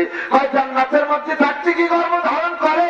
আল্লাহ যদি করে তাহলে করে। হাওয়া আলাইহিস সালামের প্রথম জোড়া সন্তান কাবিল আর তার সাথে যে বোনটা, এই দুইটা হাওয়া আলাইহিস সালামের গর্ভে গিয়েছিলেন জান্নাতে থাকতে, কিন্তু বের করে দিলেন কেন আল্লাহ? এতদিন পর্যন্ত জান্নাতের খানা খাইছে, জান্নাতের খানা জীবন বলে খাইবা, ওই খানা কমও হবে না, আর ওই খানা নষ্ট হবে না, আর ওই খানা যত খাইবা কোনদিন পেশাব পায়খানা হবে না। জান্নাতের খানা খাইলে পেশাব পায়খানা হবে? হবে? একটা যে কুরসালমেন পেট খালি হয়ে যাবে। এতদিন উঠলে জান্নাতের বিশুদ্ধ খানা খেয়েছেন, যার কারণে জান্নাতের খানার যে গুণাগুণ, ওনাদের পেশাব পায়খানার জরুরত হয় নাই। এবার যখন নিষিদ্ধ খানা খাইছে, সঙ্গে সঙ্গে পায়খানা চাপ দিছে, কিছুক্ষণ পরে পায়খানা আসছে। এবার আদম আলাইহিস সালাম বললেন, আল্লাহ দুইজনেরই তো পায়খানা আসছে, যাবো কোন জায়গায়? জান্নাতের মধ্যে কত জায়গা দেখলাম, পায়খানাও দেখলাম না, টয়লেটও দেখলাম না, ল্যাট্রিনও দেখলাম না, বাথরুমও দেখলাম না, ওয়াশরুমও দেখলাম না, এখন যাবো কোন জায়গায়? আল্লাহ কয় পায়খানা বেস্টের মধ্যে পায়খানা নাই। যদি তোমাদের পায়খানা বাথরুম না আসতো, তাহলে ক্ষমার ঘোষণা দিয়েছি যে এর মধ্যে চিরকাল থাকতে, যেহেতু পায়খানা আসছে। আর জান্নাত পেশাব পায়খানা না, নোংরামি করার জায়গা না, পেশাব আর পায়খানার জন্য আলাদা একটা বাথরুম বানায় রাখছি। ওই জায়গা যাইয়া বাথরুম পরিষ্কার করে তারপরে আইসো, চলে যাও। এর কারণে দুনিয়া নামক পায়খানায় আমার আদম আলাইহিস সালামকে আল্লাহ পাঠাইছে বাথরুম সারতে। এ দুনিয়া হাওয়া আদমের পায়খানা। এ ভাই, পায়খানার মধ্যে মানুষ বেশি কোন অবস্থান করে নাকি বেডরুমে? বোঝেন নাই কথা? যে রুমে ঘুমায় সেই রুমে বেশি টাইম কাটায় না পায়খানার মধ্যে। অথচ বাংলাদেশে বা গোটা দুনিয়ায় এতটুকু আমি ঘুরেছি, বিশ্বের যে দেশে গিয়েছি, বাংলাদেশ সহ, বাংলাদেশ আলাদা এখন সাজগোজে পিছিয়ে নাই। সব জায়গায় একটু পয়সা হলে ঘর বাড়ি বানাইলে মানুষের বেডরুমের চাইতে বাথরুমের পিছনে পয়সা খরচ করে বেশি। ঠিক না? আমার নিজের বাড়ি বিল্ডিং করছি, নর্মাল টাইলস দিছি বেডরুমের ভিতরে, অনেক কোনো টাইলস দেই নাই, ওখানে করেছি রং, আর বাথরুমের ভিতরে দামি টাইলস 170 টাকা ফিট স্কোয়ার। এই টাইলস দিছি বাথরুমের ভিতরে, একেবারে ওয়াল ছাদ পর্যন্ত টাইলস দিছি। বন্ধুরে, বেডরুমের চাইতে বাথরুমের মশান বেশি। বেডরুমের ভিতরে রুম স্প্রে মারি না, গিরান এসেন্টমেন্ট মারি না, বাথরুমের ভিতরে সবসময় সেন্টারটা ঝুলেই রাখি, আরো মাঝে মধ্যে স্প্রে দেই। এবার বেডরুমের চাইতে বাথরুমে খরচ বেশি, তাই বলে কি আমি 24 ঘন্টা বাথরুমের মধ্যে বালিশ নিয়ে ঘুমাবো? কথা কয় না। পায়খানার মধ্যে যাইয়ে দেখে পারি সুন্দর, পায়খানা যেখানে করে আমি বাইরে যাবো একটা বালিশ দিয়ে তাই আরেকটা খেতা দাও। পায়খানা যত ভালো হোক, ওর মধ্যে যদি কেউ শুয়ে থাকে, ঘুমায় থাকে, ওরা পাগল ছাড়া কিছু বলা হবে? বেডরুম যত খারাপ হোক না কেন, বেডরুমের মধ্যে বসবাস করতে হবে, ঘুমাইতে হবে। পায়খানা যত ভালো ওর মধ্যে থাকা যাবে না। দোস্তরে দুনিয়ারে তুমি যত ভালো দেখো, এটা তো পায়খানা, আমার আদমের পায়খানা, আমারও তোমার পায়খানা। জান্নাত হলো আমার তোমার বেডরুম। তবে দুনিয়ার এই পায়খানা চাইতে জান্নাত বেডরুম ভালো না মন্দ? আল্লাহ সামিআত ওয়ালা খাতারা আলা কলবি বাশার। আমি আমার নেককার ইমানদার পরহেজগার বান্দা-বান্দীদের জন্য জান্নাতের মধ্যে তৈরি করে রেখেছি এমন নাজ ও নিয়ামত, এমন আলিশান বিল্ডিং, এমন আলিশান বিল্ডিং, এমন উত্তম ফার্নিচার, মা লা আইনুন রাআত, জীবনে কোনোদিন কোন চক্ষু দেখে নাই, ওয়ালা উযুনুন সামিআত, কোনোদিন কানেও শোনে নাই তার বর্ণনা, ওয়ালা খাতারা আলা কলবি বাশার। এ দুনিয়ার মানুষ, জান্নাতের বিবরণ দিলে তোর মেনে নিতেও কষ্ট হবে। এত সুন্দর জান্নাত তোমার জন্য, জোরে কন্যা সুবহানাল্লাহ। নবী পাক আংশিক একটু কইছে, আমার ঠিক আংশিক একটু বলছেন যে জান্নাত কত ভালো, মেনে নিতে তোমার কেমন কষ্ট হবে। দুনিয়ায় খাও এক মগ শরবত, জান্নাতের মধ্যে হবে শরবতের নদী, প্রত্যেকের জান্নাতের মধ্যে শরবতের নদী হবে। দুনিয়ায় গাভীর থেকে 1 কেজি দুধ কিনে খাও, আর ওই দুধের মধ্যে ভেজাল আছে। বাজারে দুধের মধ্যে ইসে মাছ পাওয়া যায়, চিংড়ি মাছ পাওয়া যায়, কথা বান ঠিক ঠিক না? আর পানি তো আছেই আছে। জান্নাতের ভিতরে লাবানান খালেসা, 1 নম্বর পিওর দুধের নদী হবে, ওর মধ্যে গাইবানের দুধ বেরোবে না। দুনিয়ার মধু কিনতে গেলে অর্ধেক তার ভিতরে চিনি শিরা, আল্লাহ কা আসালাম মুসাফা। জান্নাতের মধ্যে পিওর মধুর একটা নদী হবে প্রত্যেকের জান্নাতে, একজন আর একজনের নদী থেকে মধু খাবে না। দুনিয়ায় তুমি পানি খাও, আর চিনি খাও, লবণমুক্ত পানি পর্যাপ্ত পরিমাণ পাও না। বোতল মিনারেল ওয়াটার নিজের বাংলাদেশ পানির মধ্যে ডুবানো, তারপরে 1 লিটার পানির দাম 20 টাকা। আল্লাহ কায় মা আনতহুরা, জান্নাতের মধ্যে যার জান্নাতে আলাদা আলাদা পানির নদী হবে। জান্নাত দুনিয়ায় তোমার বউ আছে, তোমার বোন নাম আল কাতরাতুন নিসা, তোমার বউ চায় একদিক দেহে আর একদিক। এই বউ তোমার দুনিয়ায় ওরে কিছুদিন তার যৌবন চলে, পরে যৌবন ঘুরাইয়া এই বউটা তোমার বুড়ি হয়ে যায়। আর জান্নাতের মধ্যে চিরকুমারী বউ, প্রথম দিন পাইবা তুমি 72টা। এরপরে পুরুষরা প্রত্যেক মাসে একবার 1000 বিয়ে করবেন। পারবো না, পারা লাগবে কাকা। প্রত্যেকেই প্রত্যেক মাসে 1000 বিয়ে করবেন পুরুষরা, 1000 বউ কিনবেন নতুন করে। ও জায়গা টাকা লাগবে না, টাকা দুনিয়া থেকে পাঠাই দিচ্ছে আল্লাহর ব্যাংকে। আল্লাহ কয় ওমা তুকাদ্দিমু লিআনফুসিকুম মিন খাইরিন তাজিদুহু ইনদাল্লাহ। আখিরাতের টাকার জন্য যা দরকার তুই আমার কাছে দিছিস, আমারে দিয়েছিস আমার মাদ্রাসায়, আমারে দিয়েছিস আমার মসজিদে, আমারে দিয়েছিস আমার এতিমরে, আমারে দিয়েছিস আমার গরিবরে, আমারে দিয়েছিস জনসেবায়, আমারে দিয়েছিস ব্রিজ কালভার্টে, আমারে দিয়েছিস পদ্মা সেতুতে। এমন করে যত টাকা ভালো কাজ করেছিস সব আমার হাতে দিছিস। এই যে আমি টাকা বানাইয়া তোর এই জান্নাতি হুর কেনার জন্য যত টাকা লাগে সব দেব। আল্লাহ প্রত্যেক মাসে 1000। মহিলার আবার শুনতে আসছে নাকি? ওনারা রাগেতে ফটফট করতেছে, নিজেরা বউ সব নিয়ে গেল, আমরা স্বামী পাবো কয়টা, তাতেও হুজুর করলো না। একজন মহিলা দুনিয়ায় যেমন একাধিক স্বামী হওয়া বদনাম, এই একজন মহিলা যত বড় হ্যান্ডসাম সুদর্শন মহিলা হোক না কেন, সুঠামবলির অধিকারী হোক না কেন, ওর কি দুনিয়া স্বামীর সাথে বিয়ে চলবে? কতক্ষণ চলবে? চলবে না। কেন চলবে না? দোষ কি? দুনিয়া স্বামীর সাথে বিয়ে বসলি যদি বাচ্চা একটা হয় তাহলে 2 মুখী লড়াই হবে। যদি বাচ্চাটা ছেলে হয় আর সালমান শাহর মতো চেহারা হয় তাহলে 2 কুত্ত এসে গ্যাঞ্জাম করবে যে ওটা আমার ছেলে। আর যদি বেটা ফুটো একেবারে আফ্রিকার জঙ্গলের বেটিকেও মতো কালা কুলে একটা মাই হয় তাহলে দুয়ে দেওয়া সেটা তো আমার না। এই গ্যাঞ্জাম হবে বিদায়। একজন মহিলার একাধিক স্বামী জায়েজ নাই। দুনিয়ায় যেমন একজন মহিলার একাধিক স্বামী, এইটা বদনাম। আখিরাতে জান্নাতে যাওয়ার পরও আমার মা চাচিরা তোমরা একাধিক স্বামী চাইবা না, স্বামীর হয়ে থাকবা। স্বামীর যত বউ আসুক না কেন মাসে 1000 কইরা সবাই আইসা তোমারে কোলে করে নাচাবে। তোমার একাধিক স্বামী বলে কোনো সরকার সাথ থাকবে না। তোমার চাহিদা পূরণের পরে স্বামী অন্যত্র দায়িত্ব পালন করতে যাবে, অন্যরা অত বিরক্ত করবে না। দুনিয়ার বউটার সব চাহিদা পূরণ করার জন্য তারাও সহযোগিতা করবে। এক একজন পুরুষ এইরকম পাইবা। আমার যুবকরা ভালো করে মনে রাখ, আল্লাহ নবী বলেন জান্নাতের মধ্যে যে হুর তোমার দেয়া হবে অনেকের নাম হবে লাভা। লোহাফুল মানে মুখের লালা, তাদের লালা এত মিঠা হবে। একজন মহিলা যদি তার জিহ্বা থেকে 1 ফোঁটা লালা দুনিয়ার পানিতে ফেলে দিত, সারা দুনিয়ার সব পানি মধুর চাইতে মিঠা হইয়া যাইত। এর নাম হলো ওয়ালা খাতারা লা কলবি বাশার। এই কথা বুঝে নিতে কষ্ট হয়। সারা দুনিয়ার সমস্ত সুগার মিলের পাইপ লাইন যদি আমাদের কামারখালী ব্রিজের গোড়ায় নামায় দেয়, আর জীবন ভরে যত চিনি পয়দা হয় উৎপাদন হবে, সব যদি এই কামারখালী নদীর গোড়ায় ঢালে, মধুমতি নদীর পানি টুকরে মিঠে বানাতে পারবে? দরকার পারবে? সারা দুনিয়ার চিনি দিয়ে এক নদীর পানি মিঠে বানানো যায় না। আর হুজুররা যত ফাউ গল্প কয়, এক বিটি একটু স্যাপ ফেলা দেবে, তাতে বলে সারা দুনিয়ার পানি মধু সে মিঠে হবে। এই কাজা করি গল্প বাদ দাও। এই জন্য আমার আল্লাহ কয়, এটা তোমার মেনে নিতে কষ্ট হবে, এইরকম হবে জান্নাত। ঠিক না? বন্ধু এদিকে এসো। মনে আছে কোন জায়গা থেকে আসছি? শয়তান এই জান্নাত পাইবেন তুমি, পাইবা তুমি কোরআনের বদৌলতে। জান্নাত পাইবা তুমি কোরআনের বদৌলতে। আল্লাহু আকবার। শয়তান আমাদের সেই জান্নাত থেকে বের করে দিয়েছে। কথা বলেন ঠিক কি ঠিক না? এই শয়তান দুই প্রকার আল্লাহ কয়, মিনাল জিন্নাতি ওয়ান নাস। জিন শয়তান আর মানুষ শয়তান।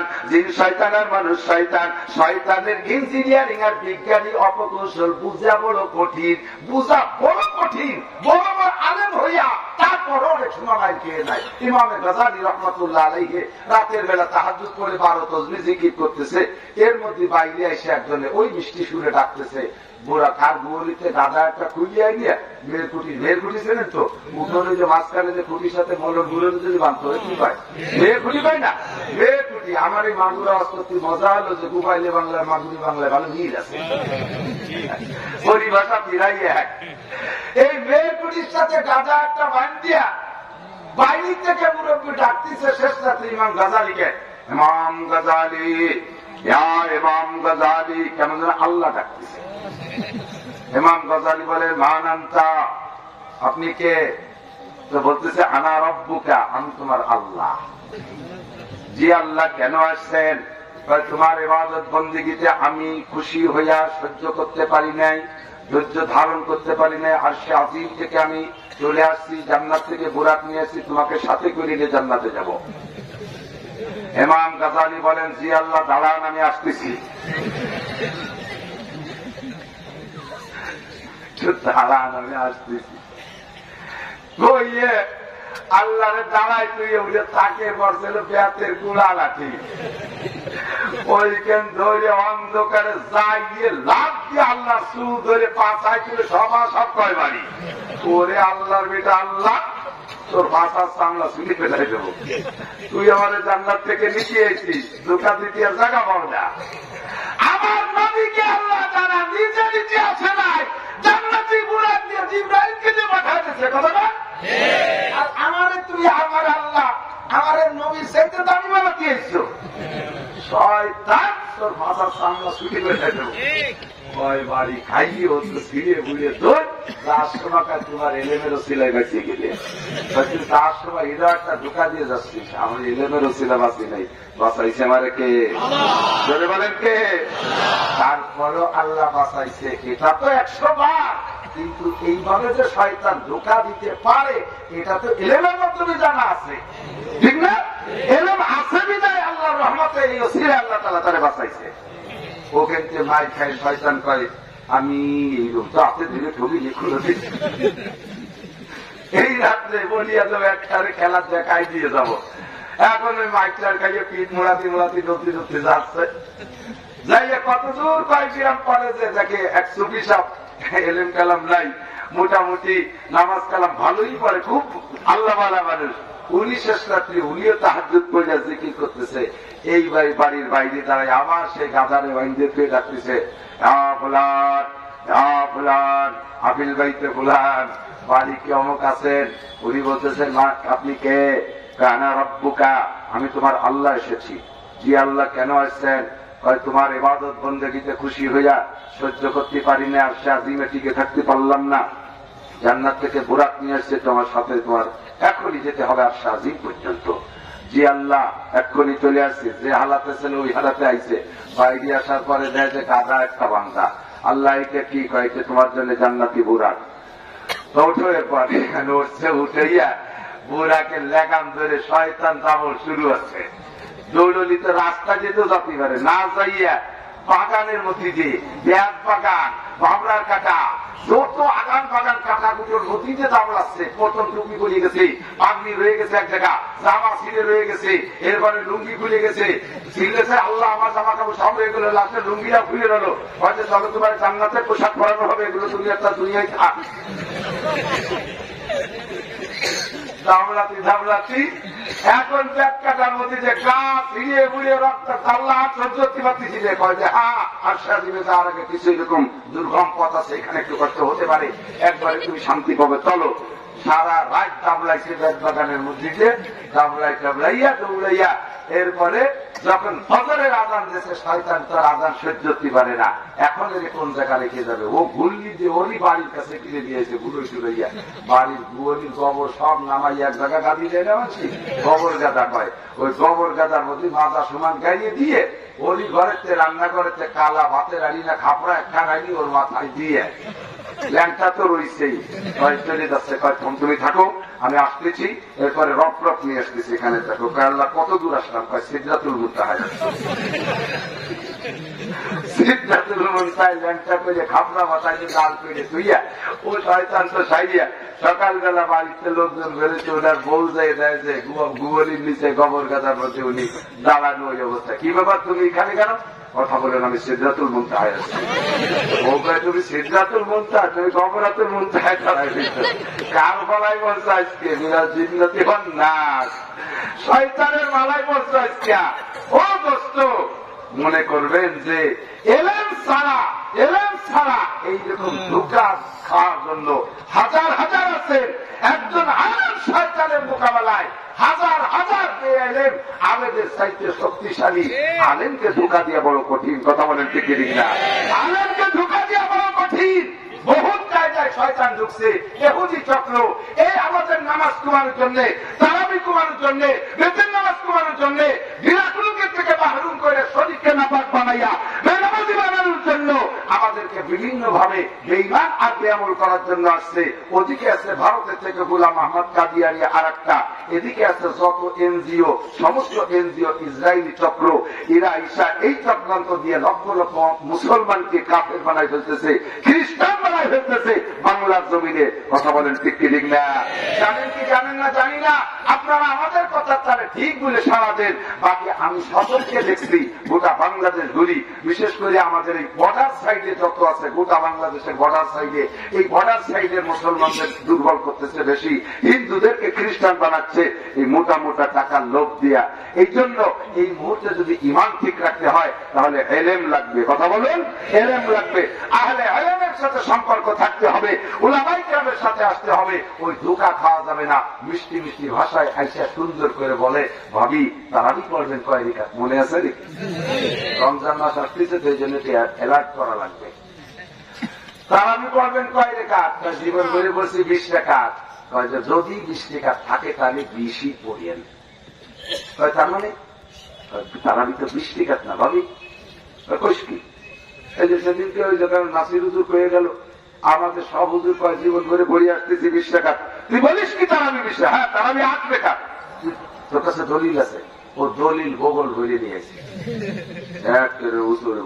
তোর বগল লেখে কয় যে সব বোখারি শরীফ, বোখারি শরীফ মানে কয়খান বোখারি তোর বগলে, 60 কেন বোখারি তোর এক বগলে, নাসির হুজুর দিকে হয়ে গেলে 2 কেনের 12 কেজি হয়ে যাবে, তো তুই 60 কেনের ভাবে ধরে আছিস কি, তোর বোখারির সাইজ কি কয় 6 পাতা বোখারি, 6 পাতার বোখারি। আর 6 জন মুহাদ্দিস, মৌলানা আব্দুল মুমিন খান, আমি, মৌলানা মনিরুজ্জামান, মৌলানা ইকবাল সাহেব, গহরডাঙ্গা ঢাকার হুজুর, ভবানীপুরের মুফতি মাসুদ সাহেব, এই 6 জন মুহাদ্দিসে 8-9 জনে বুখারী শরীফ পড়াতে জিদ দিয়ে বার হয়ে গেছে, শেষ করতে পারি না, লাস্টে টাইনি দিয়ে শেষ করে দিছি, আর ও 60 কেন বুখারী বগলে দিয়ে ঘুরিয়ে গেছে, দিদি আমার একখান বুখারী 10 করে বগলে টাইনি বার হয়েছে একখান, কয় যে বুখারী বলে নিলে বগলের ভসনকারী ছিল তো বুঝতে পারছি, তোর বুখারী কোন সাইজ, হাদিসের ভিতরে যত ক্রিটিক্যাল সমস্যা আছে এইগুলো খুঁজে খুঁজে খুঁজে খুঁজে 6 পাতার ভিতরে জমা করিয়া পাবলিককে ধোঁকা দেওয়ার জন্য বের হয়েছে।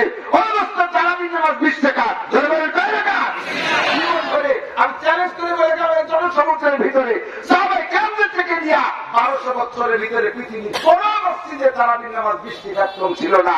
সারা দুনিয়ায় তারাবির নামাজ 20 রাকাত যতদূর মুসলমানরা পড়েছে মাত্র 200 বছর আগে থেকেই ইসলাম শুরু করছে। আজও পর্যন্ত মক্কার 2 বড় মসজিদে হেরেম শরীফে মসজিদে নববীতে তারাবির নামাজ 20 রাকাত আমি নিজেই পড়ে আসছি 20 রাকাত। এবং সৌদি শায়েখরা তারা 20 রাকাতের পক্ষে হাজার হাজার শায়েখরা আইসা আর একটা আকাম করতে সবে বরাত বলতে কিছু নাই, পদ্মী পর্যন্ত তাই কইছে।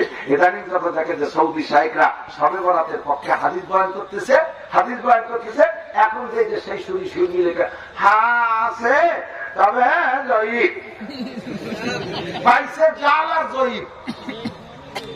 জয়ীব দিয়ে জন্ম নেছে খালি মুখ দিয়ে জয়ীব তৈরি হয়।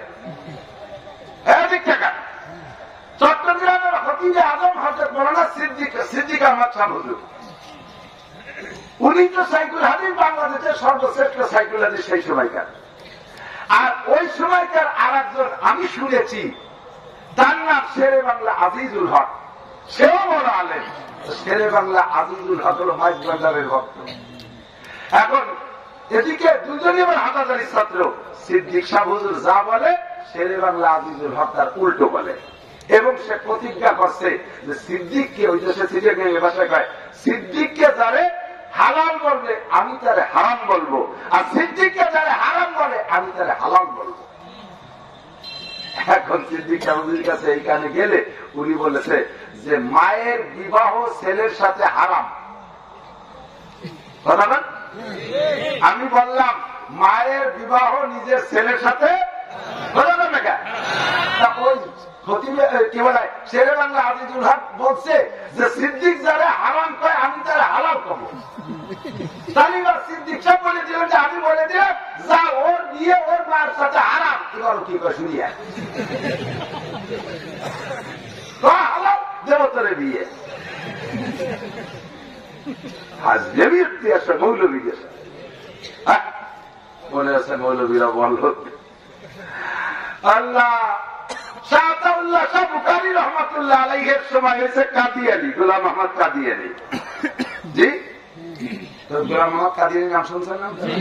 বাংলাদেশে কাদিয়ানী এদিকে আসছে নাকি? দুই একটা আসছে, ভিতরে আসছে, জানেন না। রমজান মাস অব্দি প্রমাণ হবে। ওরা সাজিয়ে সাজিয়ে ইফতারি খাওয়াবে, সাজিয়ে সাজিয়ে ঈদ খরচ দেবে। গোলাম আহমদ কাদিয়ানী কা আমি নবী।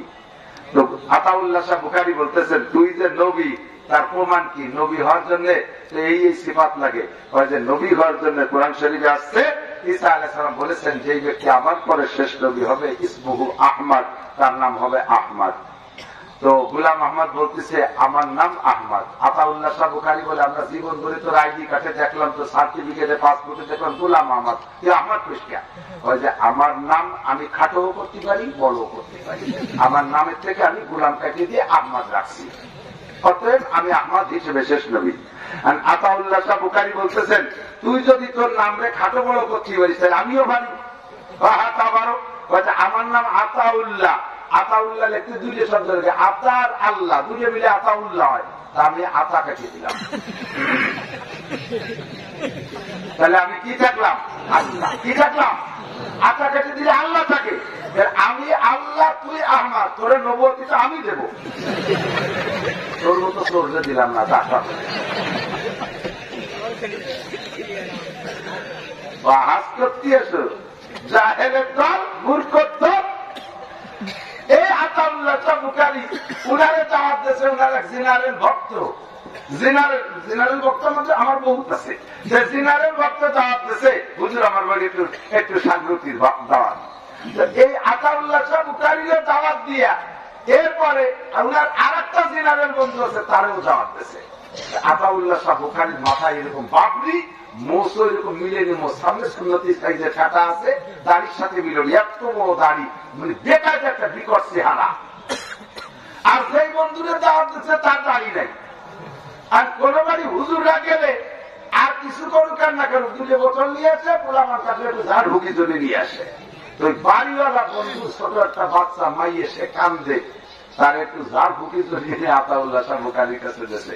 কোলে নিয়ে হুজুর একটু ফুদেছে, দোস্তর মাইয়া আদর করতে যাচ্ছে। যত তার দিক তাকাইয়ে ফুদে ও হুজুরের মুই দিক তাকায় আরো কি করে কান্দি ওঠে। আরো জোরে চিল্লি ওটা ভয়তে। আর ওই সিনারের যে বন্ধু, সে বন্ধুকে দোস্ত দেওয়া হয়েছে, বুঝছি তোমাকে হুজুরকে কিরামতি শেষ আমার কোলে দাও। সে কোলে নিয়ে এই বুকির সাথে জড়াইছে, মুহির সাথে মুখ মিশাইছে, নিয়ে গেছে। দেখছো তোমাকে হুজুরকে সে ফুল চোখ শক্তি শেষ হয়ে গেছে, কারণ আমাকে কোলে এসে নিয়ে গেছে।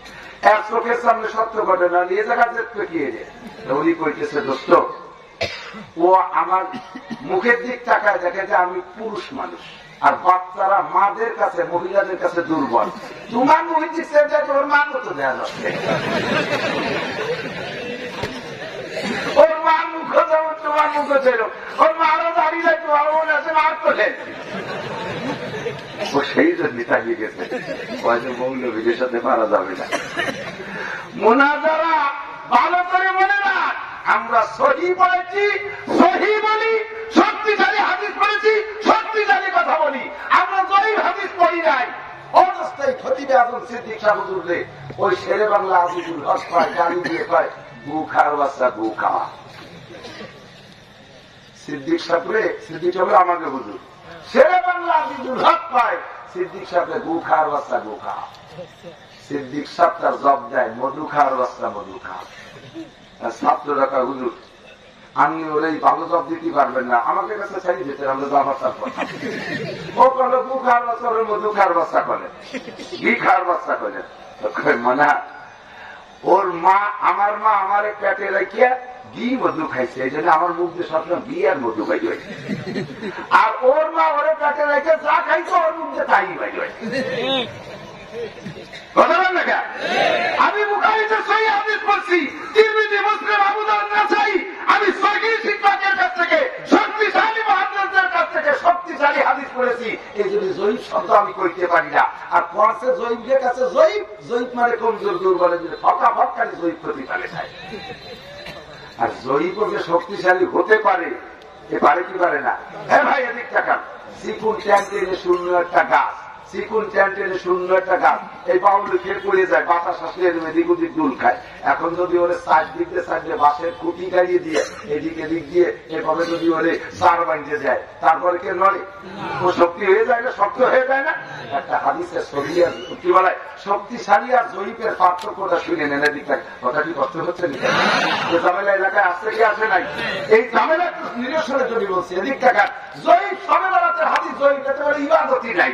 এতদিন বলছে, গতকাল কাজী মতিউর রহমান মাদানির বক্তব্য শুনলাম, সৌদির এক শায়েখের বক্তব্য শুনলাম। সৌদির শায়েখ একাধিক দলিল দিয়ে বলে যে সবে বরাতে ইবাদত আছে।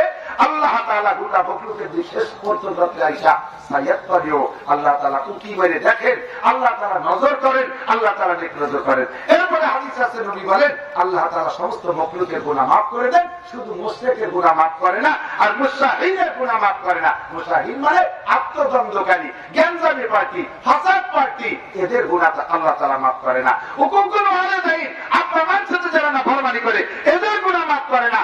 সবে ভরাতে আল্লাহ তাআলা এইভাবে আইসা জমিনের দিকে মখলুকের দিকে তাকাইয়া তাদের গুনাহ খাতা মাফ করে। সৌদি সাহেব যখন কইছে, উনি ভারতের থেকে এটা আবার ভিড়ি করিয়ে তার তর্জমা বানাতে দিয়ে সে জায়গা আমাদেরকে খাটো করতে চায়। দোস্তরে আমি বলি, সবে বরাতের হাদিস জয়ীব যদি বলেও এটা চতুর্দিকে পেলা বাজাইয়া তারা শক্তিশালী হয়ে গেছে।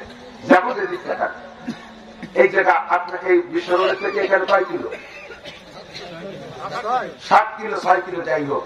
এই ইউনিয়নের চেয়ারম্যান সব ধরে নেন নৌকর লোক, আমলিগির লোক। আমলিগির নেতারা এলাকায় ছোট বড় আছে না নাই? আছে। মাননীয় প্রধানমন্ত্রী যদি এই এলাকায় আসে, তাহলে এই চেয়ারম্যান আমলিগির লোক যারা জেলা জানবে না? আগে জানবে, আরো আগে জানবে। এই যে আমাদের 17 তারিখে প্রধানমন্ত্রী গোপালগঞ্জ যাবে, কয়েকজন মন্ত্রী এমপি পাঠাইয়া র্যাব পুলিশ দিয়ে ইঞ্চি ইঞ্চি জমি মাটি মেশিন দিয়ে পরীক্ষা করিয়া সাফ করিয়ে ফেলা গেছে। মানুষের কাছে সিন্দুরি ধরে দেখতেছে যে বিষের বোমা টুমা আছে। এটা দরকার, আসার দরকার না, এটাই নিয়ম। কিন্তু হঠাৎ করে যদি এক ভ্যান চালানোওয়ালা এখানে আসিয়া চেয়ারম্যান লেখায়, ভাইজান আপনি এখনো এই জায়গা তখন কোন যাবো? প্রধানমন্ত্রী কেবল গেল ওই বিশ্ব রোড দিয়ে, ওরা কি করবে? প্রধানমন্ত্রী এখানে আসবে, শেখ সাহেব জানবে না, আমি জানবো না, আমরা আওয়ামী লীগের মাঠ পর্যায়ে নেতারা জানবো না। তুই কারে দেখছি, কারে দেখছি, তুই প্রধানমন্ত্রী দেখছি না মমতাজের দেখছি, তা খেয়াল ধমক দিয়ে তাড়াইছে। ও তো দামক খেয়ে চলে গেছে, ও তো নিজেই দেখে আছে প্রধানমন্ত্রী গেছে।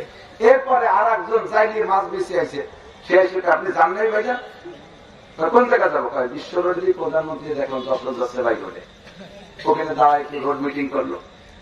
এখন ওরেও ধমক দিয়েছে, ধমক দিয়ে একটু দুর্বলতা আসবে, একটু দুর্বলতা কি একই কথা। আগে ভ্যান চালা নিয়েও করলো, যাই নিয়েও করলো, তো মুখ ফিরে গেছে, একটু নরম হয়েছে আগেছে। 3 নম্বর একজন কুদাল কুবাইয়া ঝুড়ি কুদাল ঘাড়ে ও আছে ভাইজান, এই তো চলে গেছে, আর পাবে জানে প্রধানমন্ত্রী কি বানার অবিশ্বাসের কিছু আছে? এখন একেবারে বিলকুল দুর্বল হয়ে গেছে, নরম হয়ে গেছে। ফোন করছে বিশ্ব রোডের দোকানদারের কাছে, এরা 3 জন কি করে ভাইজান, এই রুম যে আসলে তো আমরাও ভাবতে পারি যে প্রধানমন্ত্রী কেবল গেল। এখন বলেন 3 দুর্বলে কইছে, ভ্যান চালাইয়ে যাইয়ে কোদাল কুপাইয়ে, এরা 3 জন কইছে যে প্রধানমন্ত্রী গেছে, তাতে কি প্রধানমন্ত্রী যাওয়া হইনি? যাওয়া হইনি না। একজন গরিব মানুষ কইছে তা প্রধানমন্ত্রী গেলেও যাওয়া হইনি। এই কবে 3 জন দুর্বল বলার পরে এটা শক্তিশালী হয়ে গেছে, অরিজিনালি প্রধানমন্ত্রী গেছে।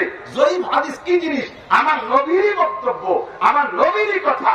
যদি এই প্রধানমন্ত্রী যাওয়ার খবর 3 ভ্যান চালাইবে না, যদি ডিসি সাহেব ওখান থেকে ওনাকে বিদায় দিয়ে ডিসি সাহেব এসে বলতেন, অথবা শেখর ভাই এসে বলতো যে আচানক নেত্রী এভাবে আসছে, আমিও জানতে পারি রে চলে গেছে, তাহলে কি শেখর সাহেবের বক্তব্য একাই আমাদের বিশ্বাসযোগ্য হতো কি হতো না? শেখর সাহেবের একার বক্তব্যই বিশ্বাসযোগ্য, একবার বললে হয়ে যেত। এটা হলো শক্তিশালী কথা, যেহেতু ব্যক্তি শক্তিশালী তার কথা শক্তিশালী। আর 3 জন ভ্যান চালানি কইছে, একজনের কইছে বলে এটা বলে দিছি। যখন 3 জনের এক জায়গায় হয়ে গেছে, এবার কথা শক্তিশালী হয়ে গেছে। হাদিস যদি আবু বকর বলে একাই যথেষ্ট, হাদিস যদি ওমর বলে একাই যথেষ্ট, হাদিস যদি আবু হুরায়রা বলে একাই যথেষ্ট, হাদিস যদি আয়েশা বলে একাই যথেষ্ট। কিন্তু 16 লক্ষ নাম্বারের কিছু কিছু দুর্বল সাহাবী মাত্র একদিন হুজুরের সাথে দেখা হয়েছে ইসলাম গ্রহণ করতে যাইয়া, এরই 5-6 জন কইতেছে হুজুর কইছে শবে বরাতে ইবাদত। এক সাহাবা এক চুপকার, আর একজন কাজে হুজুর এই বলছে শবে বরাতে ইবাদত। বড় একজন কাজ চুপকার, আমরা শুনি নেই কোনোদিন। 4-5 জনে যখন বলছে তখন দেখে যে না, এত মানুষ যখন কইছে তখন এই কথা মিথ্যা হতে পারে না। তাহলে একটা দুর্বলদের 4 দিক দিয়ে ফেলা বাজারি, সে দুর্বল শক্তিশালী হয় কি হয় না? দুর্বল শক্তিশালী হয়। একটা লোক কত বড় শক্তিশালী লোক, তারে কেউ ভোট যায় না। একটা পানকু গাঁজা কর, তার চাইতে নিচে একটা হিজলে, তারে কত দিক দিয়ে ফেলা বাজারে চেয়ারম্যান বানাইছে, ঠিক না? তাহলে একটা হিজলে তারে ফেলা বাজারে যদি চেয়ারম্যান হতে পারে, একটা হাদিস নবীর বক্তব্য সাহাবায়ে কেরামরা কয়েকজনে ফেলা বাজারে তারে শক্তিশালী বানাইছে। মুসলমানকে ইবাদত থেকে ইবাদতের দিকে আনতে পারতেছি না, টুপি পরাইতে পারতেছি না, টুপি মতো পরাইতে পারতেছি না। সেই জায়গা উন্ডা এসে মাঠের মধ্যে 5 কোটি টুপি কি খাইয়ে দিয়ে তা হাতে ধরে টাইনে ছিঁড়ে ওই লোকটা 100 টাকা দেয়। এইটা কি ইসলামের দাওয়াত না ইসলামের বিপক্ষে দাওয়াত? কথা বলতে গেল, এটা কি ইসলামের কাজ না ইসলামের বিপক্ষের কাজ? অপবাদ দেয় 5 কোটি টুপি শিয়াদের টুপি, অপবাদ দেয় 5 কোটি টুপি শিয়াদের টুপি। ও বক্তা, আমি তোমার কাছে চ্যালেঞ্জ করলাম, যাও ইরানে শিয়া আছে, আফগানের এলাকায় শিয়া আছে, ইরাকে শিয়া আছে, একজন শিয়ার মাথায় যদি 5 কোটি টুপি দেখাইতে পারো, তাহলে আমি ইনশাআল্লাহ বাংলাদেশের সমস্ত রাজাকে আমরা দিয়ে 5 কোটি টুপি ঘুরাই ছাড়তে পারবো ইনশাআল্লাহ। একজন শিয়া কোনদিন 5 কোটি টুপি পড়লো না, আর তুমি 5 কোটি টুপির উপরে অপবাদ দেবে শিয়াকে টুপি। তুমি এটা টুপি খোলার আন্দোলন করতেছো, এটা টুপি খোলার দল, এটা টুপি পরানোর দল না। কথা বলেন ঠিক কি ঠিক না? আর টুপি পরাতে পারতেছে না, সে টুপি খোলায়। এতদিন কইছে যেতের নামাজ 1 রেখাত, এখন কয় মাঝে মাঝে পড়লে হয়, মাঝে মাঝে না পড়লেও দোষ নেই। উঠাই নিয়ে যাতে চেষ্টা করতেছে 3 করতে পারে, তাহলে তারাবি কয় রাকাত? আরো জোরে। সবাই পড়ছে, দলিল তো থাকলোই। এখনো বক্কার 2 মসজিদে, বড় 2 মসজিদে চলতেছে, সেটাও আছে। পাশাপাশি একটা মানে বাস্তব বুঝ নিয়ে নেন, এদিক টাকা। একটা লোক কোনদিন ঢাকা যায়নি, একটা লোক কোনদিন ঢাকা যায়নি। এই লোকটা ঢাকা যাবে বলে এখন শুনছে যে ঢাকা অনেক কিছু আছে, একটু যাবো দেখে আসবো। পয়সা করে কি লাগবে, টাইটিয়ে নিয়ে যেতে হবে না? আমারে পাইয়ে জিজ্ঞেস করছে, হুজুর আপনি সত্যি কথা কোন হুজুর মানুষ, ঢাকা জাতি কয় টাকা লাগে? তা আমি বললাম যে 10,000 টাকা লাগে, জাতি আসলি 10,000। আমি আমার সহি রেওয়ায়েত করেছি, কারণ আমার প্রাইভেটে জাতি আসলি 10,000 লাগে, আমি তাই করেছি। সত্যি না মিথ্যা? আর একজন কাজে ওই বড় লোক হুজুরের সাথে তুমি আলাপ করে দেখা যাতে পারবে না, আমার কাছে শোন, টাকা জাতি আসছে 2000 টাকা লাগে এসি গাড়িতে। এ কথাও সত্যি না মিথ্যা? এটাও সত্য। আর একজন কাজে গরিব মানুষের 2000 টাকা দিয়ে তুমি টাকা পাঠাচ্ছ, ওর সহজ বুদ্ধি দিতে হবে, কাজ করে 1000 টাকা দেখা যাওয়া যায়, যাওয়া আসা হয়, এটাও সত্য। নর্মাল গাড়িতে অসমস্যা। আর একজন 10 বছর আগে ঢাকা গেছিল, যাইতে আসলে লাগে 500 টাকা, সে 250 টাকা ভাড়া ছিল, সেই হিসেব করে দিচ্ছে।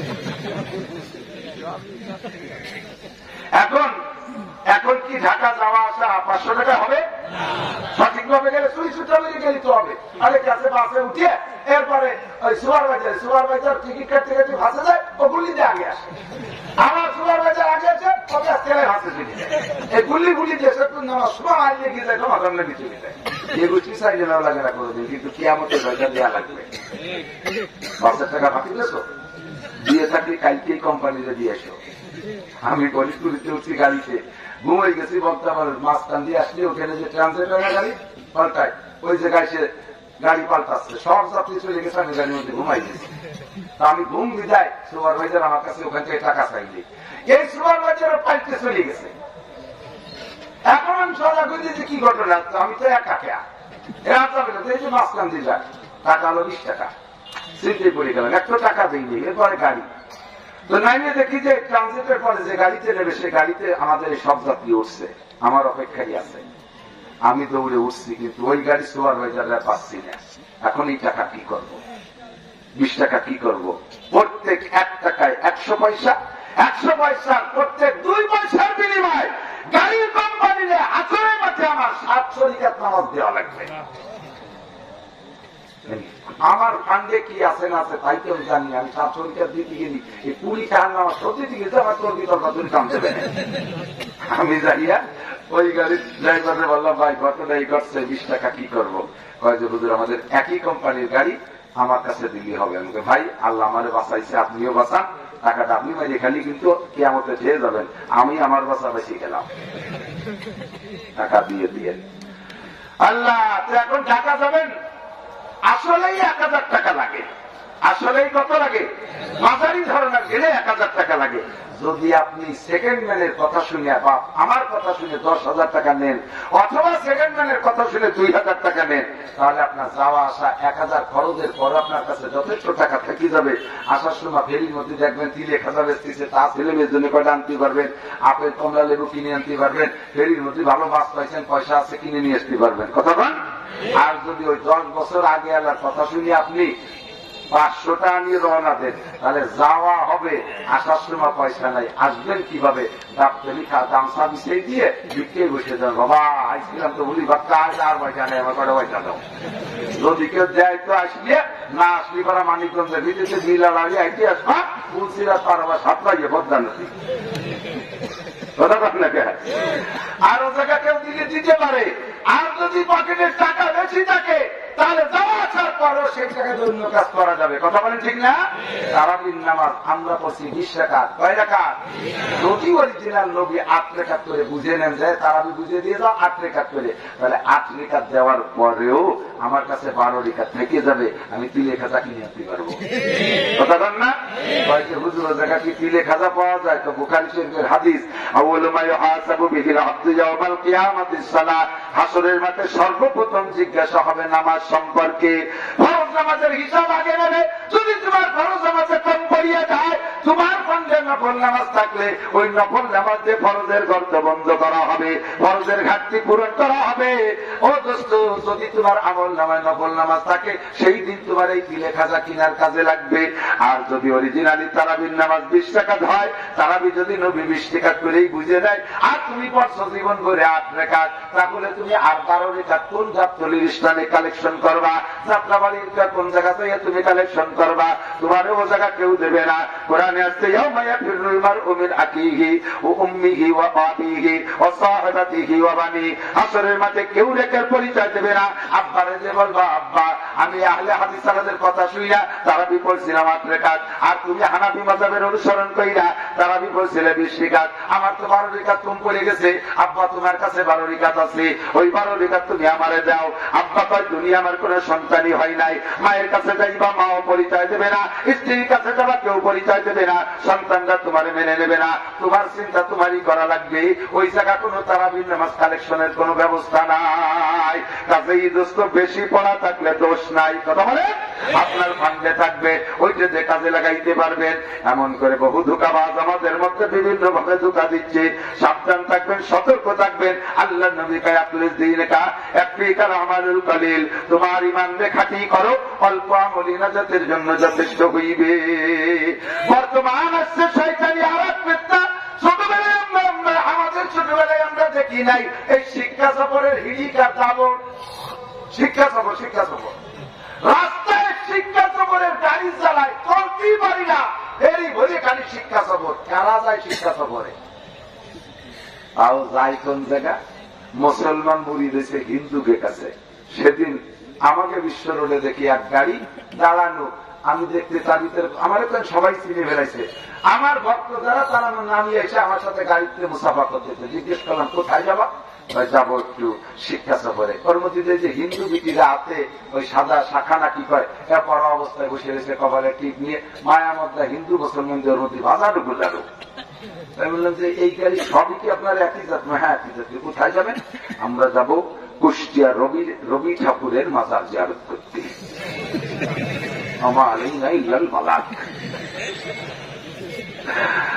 রবি ঠাকুরের মাজারে যাওয়া কি জন্য? শিক্ষা সফর। কি শিখেবে? শিক্ষা সফর মানে কি? যে সফরে গেলে শিখা যায়। মানে কি আছে? বিশ্ববিদ্যালয়, কলেজ, হাই স্কুল, মাদ্রাসা, জামিয়া, কোরআন শিক্ষা কি আছে ওটা শিখা? বাড়িতে রান্না বান্না যাওয়া, ছাগল গরু কটে নিয়ে কাটি বুঝিয়ে খাইয়ে আসো।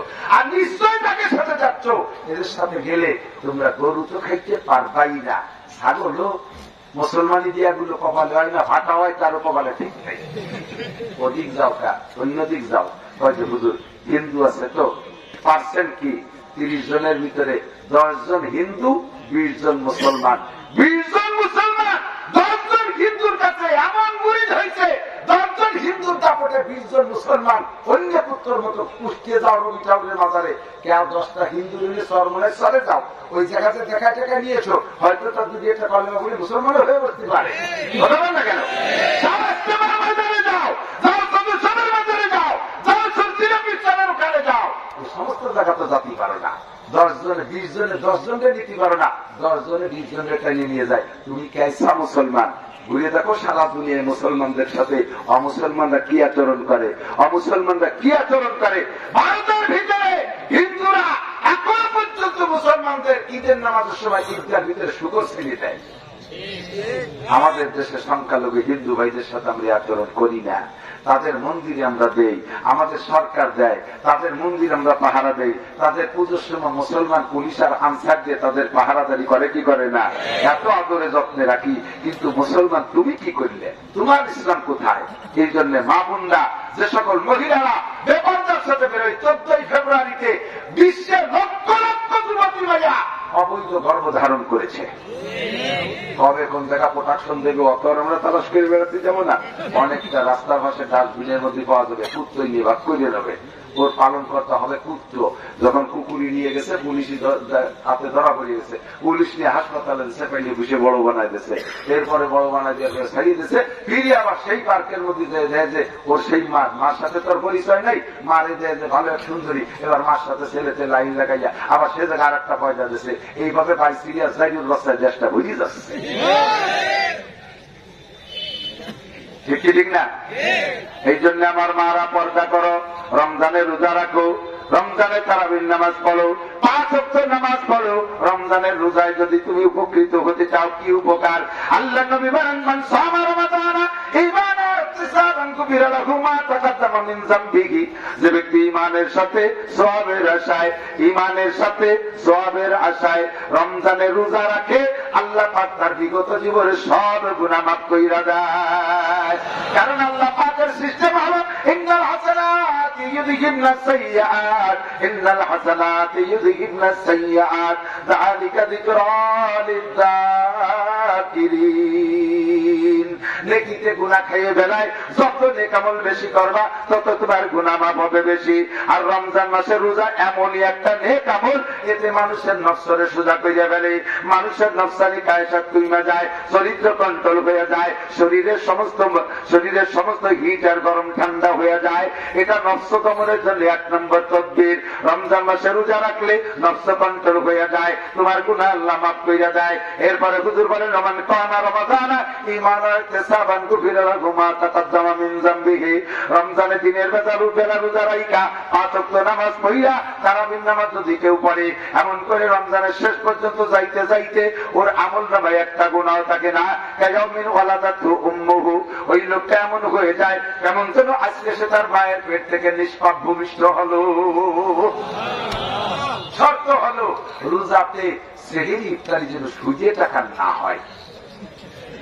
সুদিয়া কোম্পানিতে যারা চাকরি করো, সুদের সংস্থায় যারা চাকরি করো, সুদের প্রতিষ্ঠানে যারা চাকরি করে বেতন নাও, ওই বেতনের টাকা যে সেহরি ইফতারি খাইয়ে রোজা থাকলে রোজা হবে না, কোনো কাম হবে না।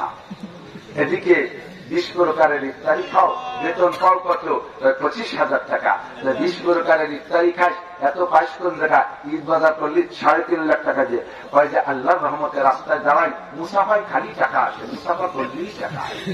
ভোট কাছারি আদালত ফৌজদারি, ডাক্তাররা হয়েছে আর টাকায়। কোন মতে যদি কিল ঘুষি দিয়ে কেউ হাসপাতালে নিতে পারেন, এই সার্টিফিকেট পেয়েছা হাজার হাজার টাকা কামাই করতেছে এই টাকাটি দল। কথা বলেন ঠিক ঠিক না? সার্টিফিকেট ঠেকাইতে যাইয়া উভয় জায়গায় টাকা যায়, এইগুলো খাইয়ে সেই টাকা যে ইফতারি সেহরি তোমার রোজার নামাজ ও চাইতে তুই সুরের মতো জন্মের খা খাই দিনের বেলা, শরীরটা ঠিক থাকবে। যা খাইয়ে তো বাঁচাকে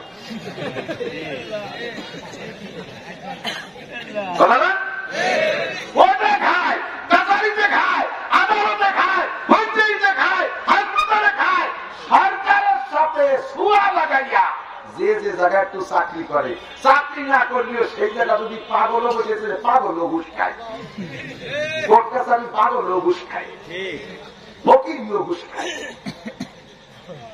আর সরকারি যত ডাক্তার আছে সাবধান থাকবেন ডাক্তাররা, আল্লাহর সামনে যাইতে হবে। দুনিয়ায় 2 নম্বরের সার্টিফিকেট দিয়ে টাকা খাইতো 10,000, তোমার পেট অপারেশন করার জন্য বড় ডাক্তার বানানো আছে, নারী হুলি বের করে ছাড়বে। এই হারাম সার্টিফিকেট বেচা মানুষকে বিপদে ফেলানোর মামলার পদ্ধতি আবিষ্কার করে দিও না। হারাম সার্টিফিকেট বেচা, হারাম খাইয়া, অবৈধ সার্টিফিকেট বেচা, হারাম খাইয়া তুমি ইবাদত করলে কবুল হবে না, হবে না ইনশাআল্লাহ। এই টাকা তুমি ডাক্তার রাখতে পারবে না, বেরোয় যাবে। হারাম ঢোকে রাইফেলের গুলির মধ্যে একটু ছিদ্র করিয়া পেছন দিয়ে বেরোয় যায়, কিন্তু বুগলা দিয়া। এই হারাম অবৈধ সার্টিফিকেট বেচা টাকা খাওয়া বাদ দাও, এগুলো করা বাদ দাও। আর মানুষকে ডাকাতি করা বাদ দাও। গেছে একটু বাড়তি গন্ধ হয়েছে, বাড়তি গন্ধ হয়েছে, ছেড়ে করিয়ে পাতে গন্ধ লিয়ে ছেড়ে করতে 7-8টা পরীক্ষা দেয়, সেটা লিখে দিতে নর্মাল। ওদিকে তোমার ডায়াগনোসিস বিল হয়েছে 3,500 টাকা। এই গতি ওই লাগে। আগের ডাক্তাররা কি সুন্দর নারীদের কত যে হা তোমার পেট খারাপ, বকসা বকসা পায়খানা হয়, সকালবেলা গালের মধ্যে তিতে তিতে ভাব হয়, পেশাব একটু কষা কষা, এই নারীদের কয়ে যেত। তাই তো অত চিকিৎসা তো ছিল, সে সুগার মত তো কমে আনলে এত বড় হরিকারি যদি মুড়ি সাপ হয়ে যাচ্ছে, ঠিক না? মোটা মোটা রোগ কাটা করে দেয়, ওষুধ কিনে খাওয়ার পয়সা নাই, ভয়তে ঘরে বসে বুঝে যায়। এই সমস্ত আক্রান্ত যে যারা খাইবা তাদের টাকায় রোজা নামাজ কিচ্ছু হবে না। এরপরে আল্লাহ তাআলা যা দিয়েছে তার থেকে আমরা যাকাত দেব। রাজি আছি না ইনশাআল্লাহ? শারীরিক যাকাত হলো রমজানের রোজা, দৈনন্দিন যাকাত 5 ওয়াক্ত নামাজ, আর মালি যাকাত আল্লাহ পাক যা দিয়েছে যার কাছে যেমন আছে। আপনারা বর্তমানে কেমন আছেন? শুরু ভালো না, বলেন কেমন আছেন? আপনার এলাকায় আপনার সে গরিব মানুষ আছে না? তাহলে তার দিক টাকায় আপনি বড় লোক না? আমি আকিস সাহ হতে পারি নাই, আমি আকিস সাহের মতো ধনী হতে পারি নাই, আল্লাহ আমারে বাঁচাইছে। কারণ ওই আকিস সাহেবের সম্পত্তির হিসেবটা দিয়ে লাগবে কি লাগবে না?